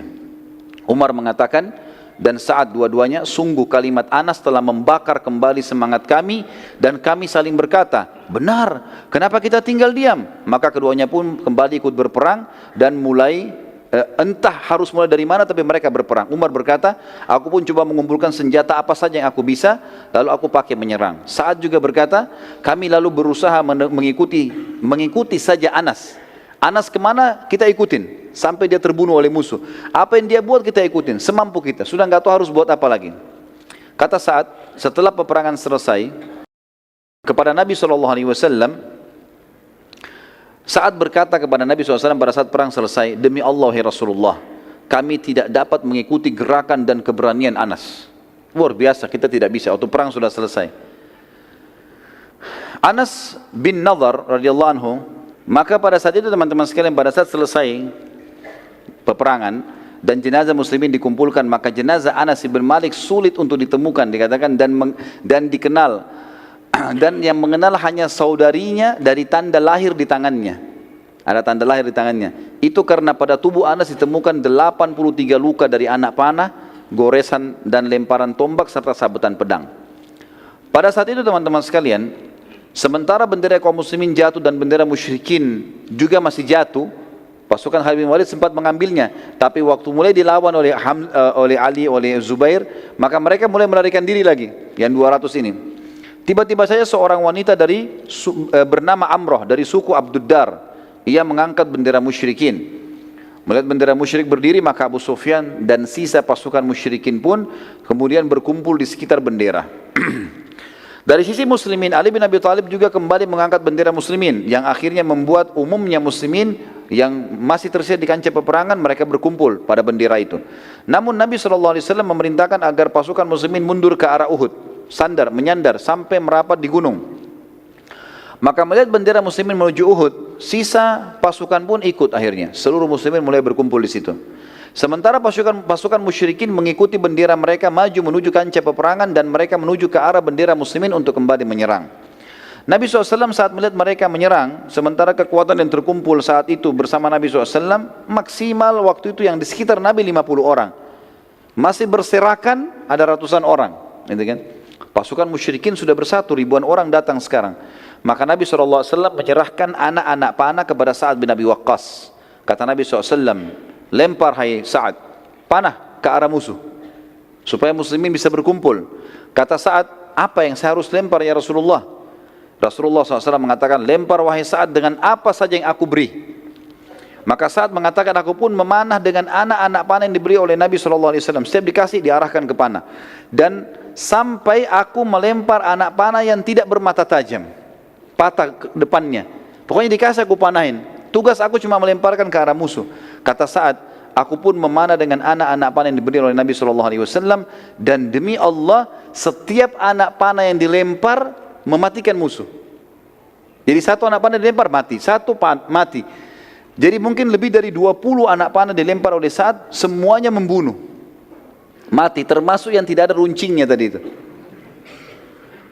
Subhanallah, kata ahli sejarah, gara-gara perilaku ini, kejadian ini, orang-orang Quraisy berhenti. Enggak jadi menyerang, yang 2000 itu enggak jadi menyerang. Ini setiap anak panah bunuh satu. Ini bermasalah, padahal cuma Nabi sama Sa'ad, mereka lihat dari jauh. Gitu kan? Pada saat itu muslimin mulai berkumpul dan terpojok, gitu kan? Pasukan Khalid bin Walid dan semua perangkat perang lengkap, mereka semuanya berkuda, kembali juga ingin menyerang. Atur strategi, karena saat sekarang cuma memanah, tapi kalau dari dua sisi yang sekian ratus pasukan dan sekian ribu pasukan ini menyerang semuanya, ini kesulitan akhirnya. Sa'ad pun berkata, lalu aku memanah ke arah pasukan Khalid bin Walid dan subhanallah, setiap anak panah yang aku panahkan lagi membunuh satu prajurit Khalid. Dari 200 itu terbunuh lagi 10 orang, terbunuh lagi 20 orang. Dengan 5-6 anak panah saja, pasukan Khalid bin Walid berjatuhan satu sama yang lain. Bahkan ada anak panah yang dilemparkan, kena satu dan tembus ke orang yang lain di belakangnya. Melihat kejadian tersebut, Khalid bin Walid berhenti dan khawatir akan serangan Sa'ad. Ini bahaya. Satu orang tapi memberhentikan begini, tentu dengan hikmah Allah. Melihat pasukan Khalid bin Walid berhenti menyerang, maka dari sisi lain pasukan inti Quraisy ada satu orang, pimpinannya namanya Ubay bin Khalaf. Ubay bin Khalaf ini teman-teman sekalian, orang yang pernah sombong sekali di Mekah. Dia pernah memperlihatkan kudanya, yang dia memang dia prajuritnya Quraisy. Dia pernah lihatkan dan dia mengatakan, hai Muhammad, lihat kuda ini, lihat pedang ini, lihat panah ini, aku akan membunuhmu dengan ini semua. Kata Nabi SAW, aku yang akan membunuhmu dengannya insya Allah. Waktu masih di Mekah ini ceritanya. Rupanya dia lihat ini, dia sudah dengan pakaian perangnya, dia lihat Nabi SAW. Maka dia sudah mengatur strategi untuk menyerang. Melihat keadaan tersebut, Nabi SAW meminta sebuah tombak kepada Ali bin Abi Thalib radhiyallahu anhu. Dan kata Ali bin Abi Thalib, demi Allah, Nabi SAW memegang lembing tersebut, mundur ke belakang, kemudian melempar ke arah Ubay bin Khalaf. Pada saat dilempar lembing tersebut, kami semua terlempar. Saking kuatnya lemparan Nabi SAW. Di sekitarnya ada beberapa belas orang, itu terlempar semua. 50 orang tadi terlempar, karena kuatnya lemparan Nabi SAW, kata Ali bin Abi Thalib. Dan subhanallah, lembing itu tidak menancap di dadanya Ubay. Dia hanya kena di lehernya Ubay itu, antara topi besi dengan baju besinya ada celah. Kena di situ, nyobek itu saja. Garis sedikit, keluar darah sedikit. Begitu kena, lalu Ubay berkata dengan pasukan Quraisy, Muhammad telah membunuhku. Dia bilang gitu. Ketakutan dia. Dan dia jatuh, teriak-teriak, pegang sakit lehernya. Orang-orang Quraisy datang dekat, mereka mengatakan luka coret sedikit. Dia bilang, demi Allah kalau Muhammad ludahi aku sekarang, aku mati.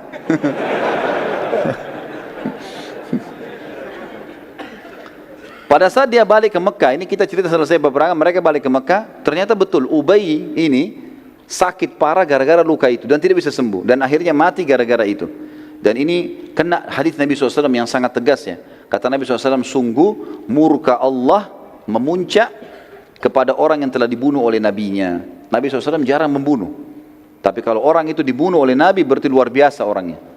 Dan orang ini karena pernah mengancam Nabi SAW di Mekah, maka akhirnya Allah SWT mudahkan dia mati di tangan Nabi SAW.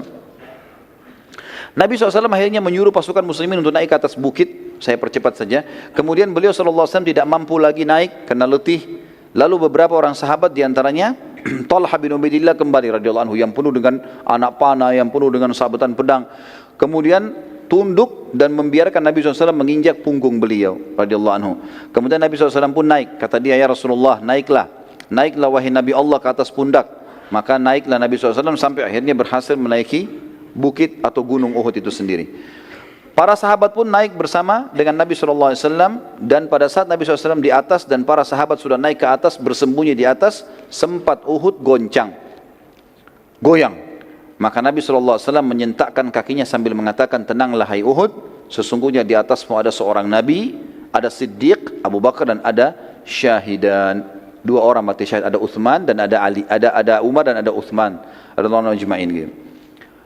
Pasukan Quraisy kemudian mendekati sekitar gunung Uhud di tempat para sahabat sembunyi, lalu Abu Sufyan selaku pemimpin pasukan berteriak dengan suara keras mengatakan, apakah masih ada Muhammad di antara kalian? Nabi SAW mengatakan, jangan ada yang jawab. Abu Sufyan tanya lagi, apakah masih ada Abu Bakar di antara kalian? Nabi SAW mengatakan, jangan ada yang jawab. Abu Sufyan tanya lagi yang ketiga kali, apakah ada Umar di antara kalian? Maka Nabi SAW mengatakan, jangan ada yang jawab. Abu Sufyan mengatakan, kalau ketiga orang itu sudah tidak ada, berarti urusan kalian sudah habis. Artinya dia tahu kekuatan muslimin di Nabi, di Abu Bakar dan Umar, gitu, radhiyallahu anhu ajma'in. Umar bin Khattab waktu itu tidak bisa tahan teman-teman sekalian, lalu kemudian dia teriak mengatakan, semoga Allah menghinakanmu, wahai musuh Allah, mereka semua masih hidup. Dan Abu Sufyan ini tahu suaranya Umar. Maka Abu Sufyan bilang apa? Demi Allah hai Umar, aku lebih percaya kamu daripada Ibnu Qami'ah. Tadi Ibnu Qami'ah siapa? Yang menyebarin isu kalau dia bunuh Nabi SAW kan? Aku telah bunuh Muhammad, kan dia yang sebarin itu. Kata Abu Sufyan, demi Allah aku lebih percaya kau daripada Ibnu Qami'ah. Berarti betul Nabi SAW masih hidup. Lalu kemudian Abu Sufyan mengatakan, telah menang Hubal, patungnya mereka kan? Kata Nabi SAW, tidakkah kalian jawab? Kata Umar, apa kami jawab ya Rasulullah?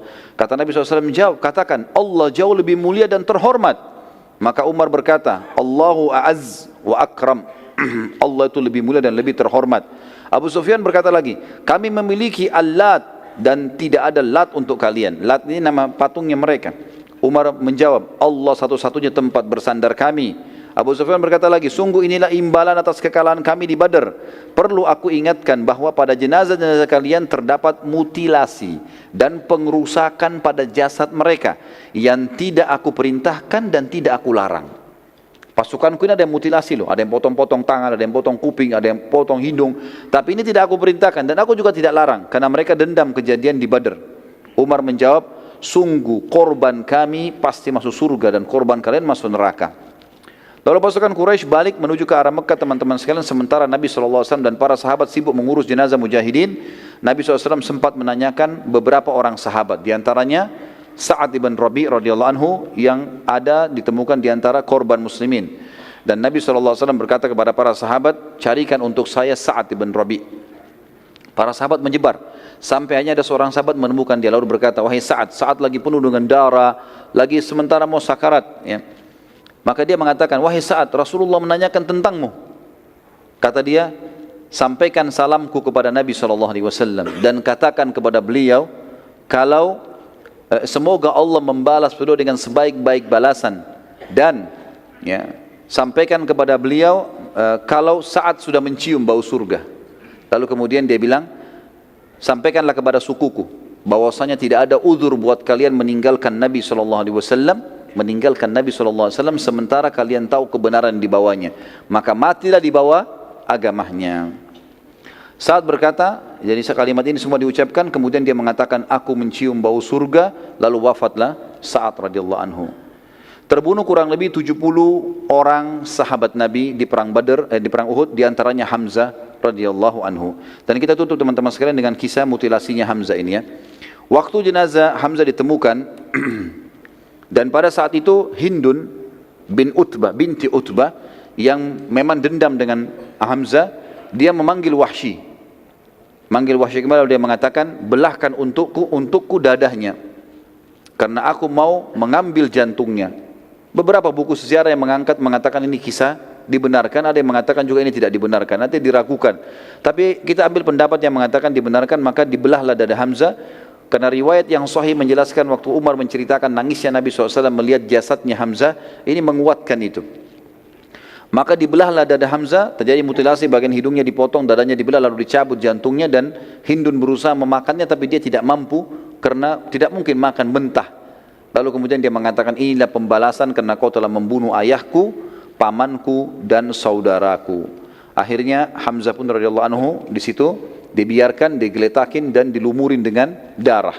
Lalu kemudian mereka pun pulang ke Mekah. Allahu a'lam. Ini bahasan tentang perang Uhud tentunya teman-teman sekalian, dan nanti akan kita sampaikan, pertemuan akan datang perang Hamrat Asad.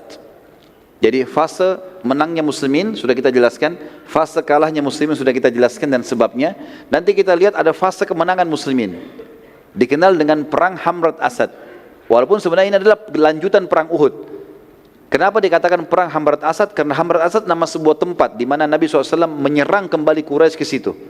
Dengan pasukan yang luka-luka ini Nabi nyerang kembali. Nanti akan kita ceritakan pada pertemuan kita yang akan datang insyaAllah. Baiklah, mungkin begitu bahasan kita insyaAllah. Semoga Allah SWT berkahi majlis kita dan dijadikan sebagai tambahan amal kita pada hari kiamat. Dan semoga saja semua amal yang pernah kita kerjakan, sekecil sampai sebesar apapun, sampai menjelang ajal datang nanti diterima dengan kemahamurahannya. Dan semoga semua dosa yang pernah kita kerjakan sampai juga menjelang ajal datang dibanti dengan kemahamurahnya menjadi pahala. Dan kita berdoa agar Indonesia diberikan kemakmuran, ketentraman, kedamaian, dan seluruh muslimin agar kembali kepada Al-Quran dan Sunnah, dan Allah karunia pemimpin-pemimpin yang adil juga kembali kepada Al-Quran dan Sunnah, dan semoga Indonesia menjadi contoh bagi negara-negara yang lain. Dan terus kita mendoakan saudara kita di Palestina, di Syria, di Yaman, di Irak, di Myanmar, di Ahsa, dimanapun mereka sedang tertindas. Semoga Allah ikhlaskan niat mereka, terima para syuhada mereka, mulakan Islam di tangan mereka dan tangan kita semua, dan semoga Allah partisipasikan kita bersama mereka di pahala, baik dengan doa, dengan harta, juga dengan jiwa kita. Dan semoga Allah dengan kemahamurahannya menyatukan kita semua di surga firdausnya tanpa hisab, dimana kita di majlis ilmu yang mulia ini. Kalau ada benar dari Allah, kalau rasa dari saya mohon dimaafkan. Subhanakallahumma bihamdika asyhadu an la ilaha illa anta astaghfiruka wa atubu ilaik. Wassalamualaikum warahmatullahi wabarakatuh.